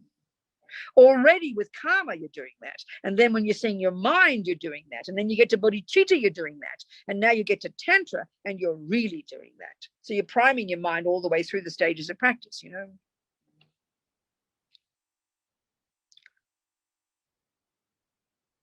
So because your mind is empty of intrinsic nature, because your mind lacks inherent existence. And another way to put that is because delusions are not intrinsic. Delusions are not at the core of our being. This is the amazing thing Buddha has found. Because delusions are adventitious. Because delusions are not intrinsic. Because delusions don't go all the way into the nature of who we are. This is the thing to understand. We get this in high school. This is a liberation for us. Then we have confidence that we can, by removing those delusions. First, you control the servants of the delusions. Then you control the delusions. Then you add virtue to the mix, which mitigates the delusions. And then you put, the deity yoga into it and continue to realize emptiness. Then these are the methods psychologically for becoming that Buddha very, very quickly, I mean, it's very delicious. And the more as that with deity yoga that you identify, instead of I'm a creep and I'm no good, you think I am Tara. You're not stupid yet. You're not yet. You're not living in a fantasy land. But by identifying with that, you enliven, you energize, you activate that potential. It's very logical, psychologically, I tell you. And it's utterly based in confidence. And that's what they mean by divine pride. I think it's the most beautiful saying. Divine pride. Divine pride. Be glad to identify with that deity. Identify with that nature. Your nature. Identify with it. This is who I can become. And by thinking about it and visualizing and absorbing the deity into you and imagining you out of emptiness, you become this deity. Because deity yoga is really rooted in understanding emptiness. In Tantra, you see, that when you do the simple deity yoga, we do little examples of this when I lead the meditations. It's very simple examples. What you do is you've done all the visualizations. Tara's out there. You visualize, you make offerings, you make requests, you do prostrations, and then you visualize Tara. And then you utilize, and this is what Lama Zopa talks about this in his chapter in the death book, How to Face Death Without Fear. And the chapter is called Death is What the Yogis Have Been Waiting For. But I'm going to read you from that, and that'll be the way to finish. It's very encouraging. Now I can't use my silly phone because I'm watching it, and I have to use my iPad. Sorry. Let me use my iPad, and I'll find this book of Rinpoche's, and I'll read you his very delicious words, okay, as an ending.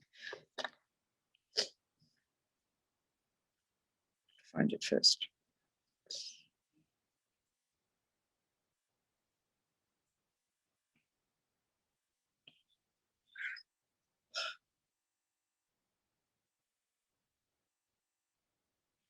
Oh, it's not there.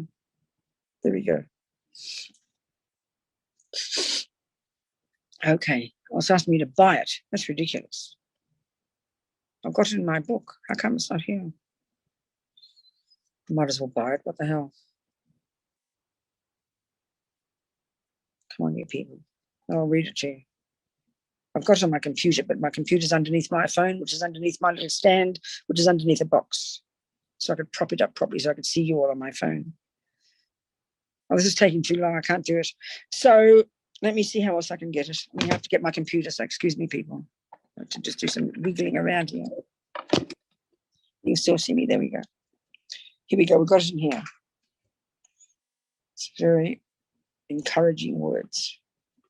Because you see, my T-Mobile is not working properly and it stopped doing my mobile data, so I can't do Zoom on my computer. Went wrong. Where's this book? Won't be long. Now my documents have gone. I don't understand this.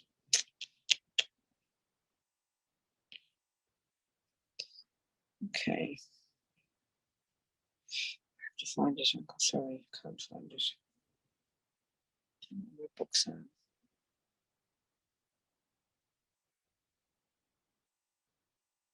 There we go. Won't be long.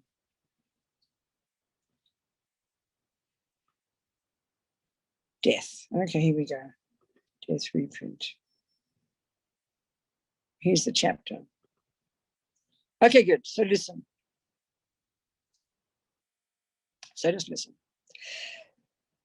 Generally, it's not permitted to openly give details of the methods that the great yogis use. However, I feel it would be useful to talk briefly about them here. Death is the moment they've been waiting for.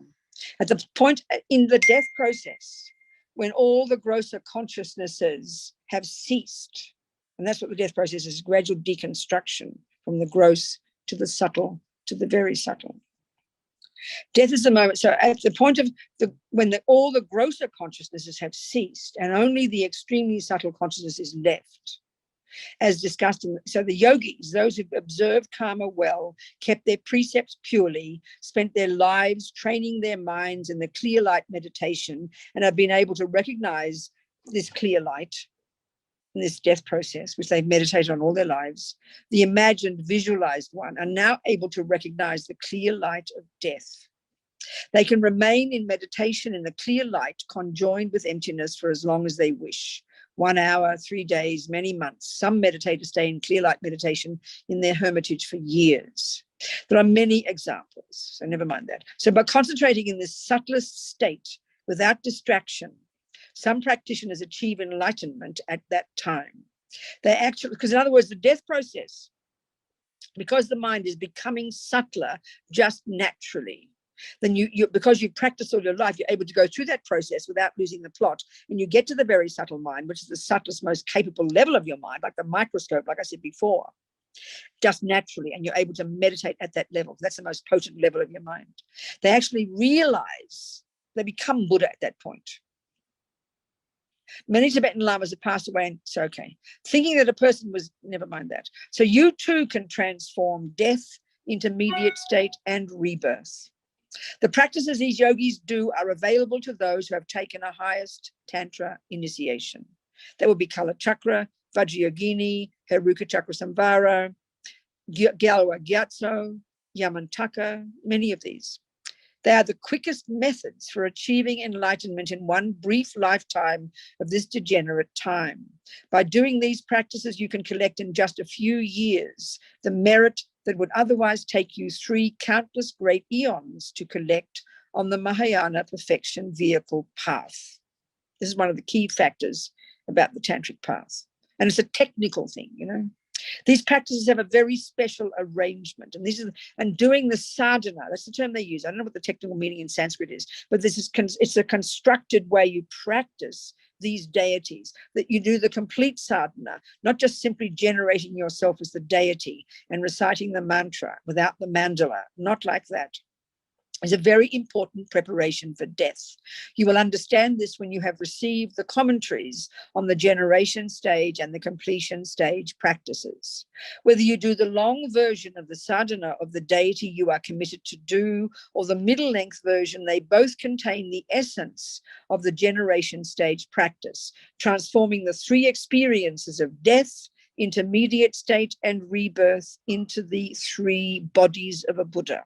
We didn't go much into this, but it's okay. Even so, by meditating in this way, you prepare your mind by purifying ordinary death, ordinary intermediate state, and ordinary rebirth, enabling you. So in other words, once you go through the death process and you get to the very subtle mind, that's the way of purifying and becoming the Dharmakaya. And then when you move into the intermediate state and your subtle mind manifests, you can then become the enjoyment body, the deity's body. And then when you become reborn, you're purifying and creating the cause to become the actual physical body that other people can see, the Nirmanakaya. Thus planting the seeds to achieve these three bodies of the Buddha, the mind, the subtle body, and the gross one.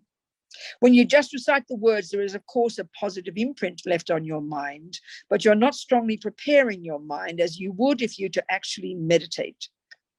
Sokan Sensei Rinpoche used to emphasize very much that if you are busy and can't do much meditation in the deity sadhanas, when it comes to your daily commitments, you should do more elaborate meditations for your main deity. Because at some point you recognize, when you do these practices, you recognize the one you have the closest connection with, and that becomes your own yidam.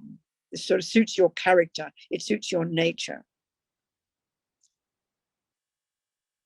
So how in all your sadhanas, you must do the three kayas meditation, this transformation of these stages.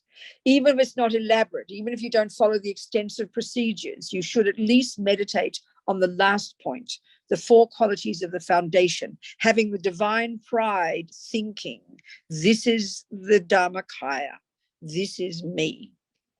And then on the day you die, because you have trained your mind by doing your sadhanas every day, you are able to recognize what's happening, the 25 stages of dissolution without missing any, just as you had meditated. Because your mind is well trained, you are able to recognize the clear light. And during the intermediate state and at the time of birth as well, you will be able to meditate, to visualize the deity. So this is real, in other words, this is technical, highly sophisticated technology that one needs to learn. And these are methods for becoming a Buddha very quickly. Using death as a quick path to enlightenment. So practicing the highest Tantra path like this, using death as a quick path to enlightenment, is incredible. It is the quickest way to purify the delusions, the dualistic view. In other words, having prepared during the generation stage, on the basis of that realization, you then actualize the path-time Dharmakaya, the path-time Sambhogakaya, and the Nirmanakaya finally on the completion stage, actually ceasing the intellectually acquired defilements and the simultaneously born defilements. Eventually, you cut even the subtle defilements, the dualistic view, and in that moment, achieve the result time three bodies, enlightenment. This is how you can enjoy death by using the tantric path, the quickest way to achieve enlightenment. So that's to inspire you to, if you haven't taken a highest yoga empowerment, that will inspire you to take one when you're ready, when you've got the three principal aspects of the path in your heart, and you have this wish to take these practices and to have faith in the practices, faith in the guru, and just follow the explanations as well as you can, step by baby step, okay? So I've got a feeling that's enough. Just a taste. I'm sorry. I hope I said something useful. All right, people.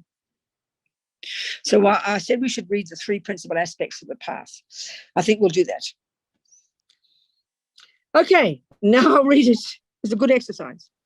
The three principal aspects of the path by Lama Tsongkhapa. I shall meditate on these words. Just do your best.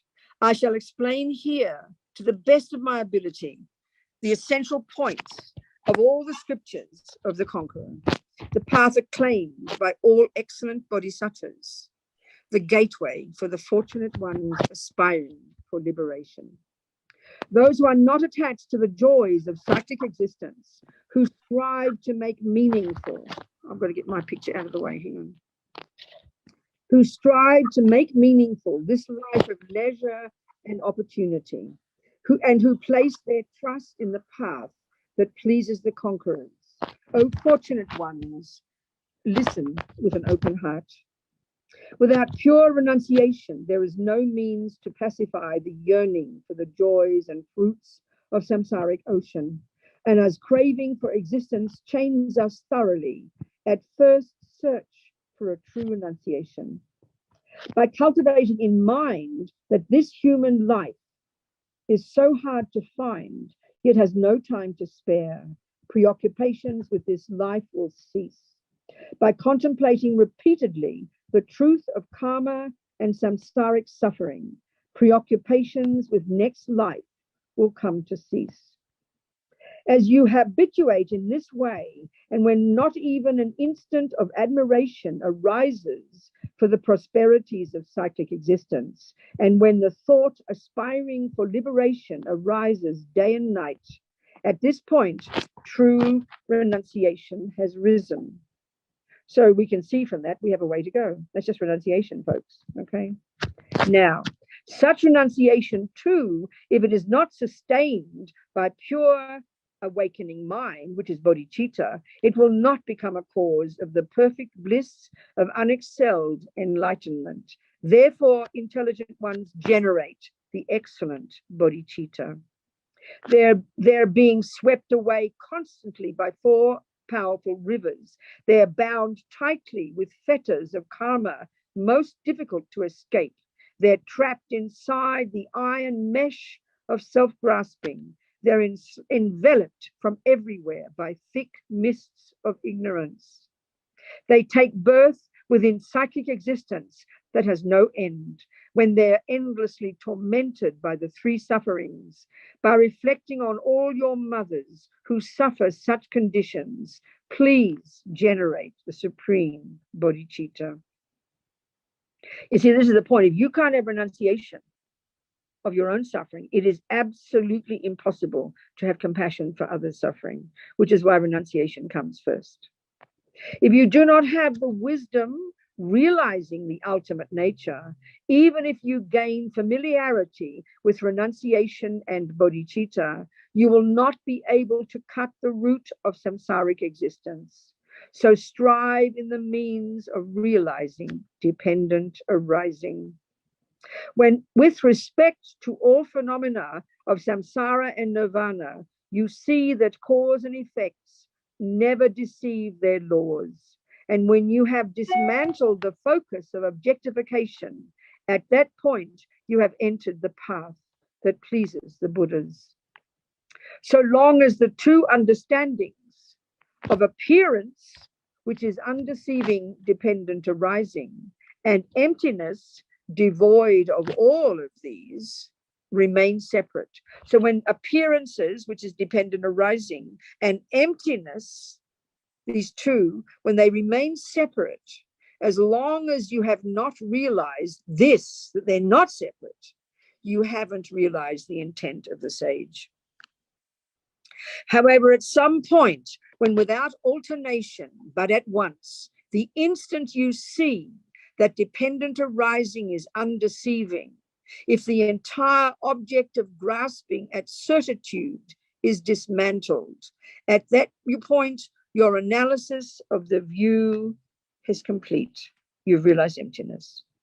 Furthermore, when appearance dispels the extreme of existence, and when emptiness dispels the extreme of non-existence, and if you understand how emptiness arises as cause and effect, you will never be captivated by views grasping at extremes. Thus, so you can say that's the dualistic mind. We've got two extremes right now. We see everything as concrete, or when we hear about emptiness, we think it is nihilistic. We've got this is the literal dualism, you know. I can't see it. Go down again, Mary, please. Go down again, darling. My picture's in the way.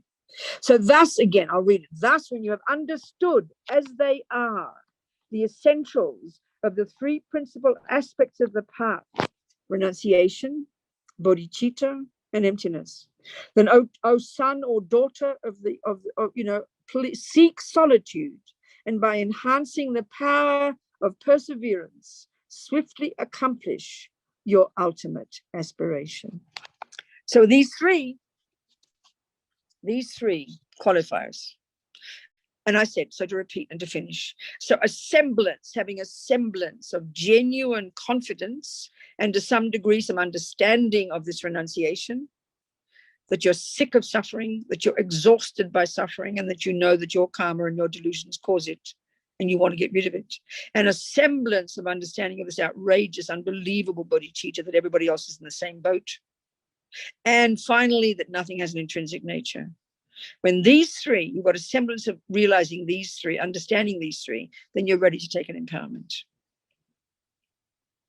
Jangchob Semtro Rinpoche, Ma Kye Panam Ke Gyuchi, Kye Panyam Pa Me Payam, Gong Ne Gong Du Kabasho, Gewa Di Nyudodan, Lama Sange Drugyone, Drowa Chikyang Malupa De Sala Gapasho. And may we never develop, even for a moment, wrong views towards our most precious gurus, when with faith and respect gained from seeing their goodness, may their full inspiration flow into our hearts. Okay, everyone. Thank you, dearest people. I mean, maybe I cut earlier. I think it's okay. We've had enough, I think. I need to see your faces. I can't see only my silly self. I can't see any of you people. Don't know what happened. Here we go.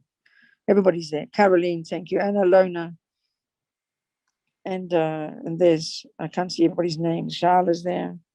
Chris is there. David, good. Dundrup's there. Venerable Dundrup, thank you. Mary Jane.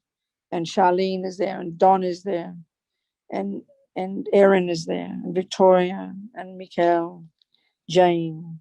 Linda. Everybody. There's Dawn. Anna. John. All of you people. I'm so happy to see you all. So happy. And even if 1% made sense, please keep practicing and never give up, okay? Thank you, darling people, so much. So grateful. Thank you, thank you, thank you. Thank you for having me, everybody. Much love.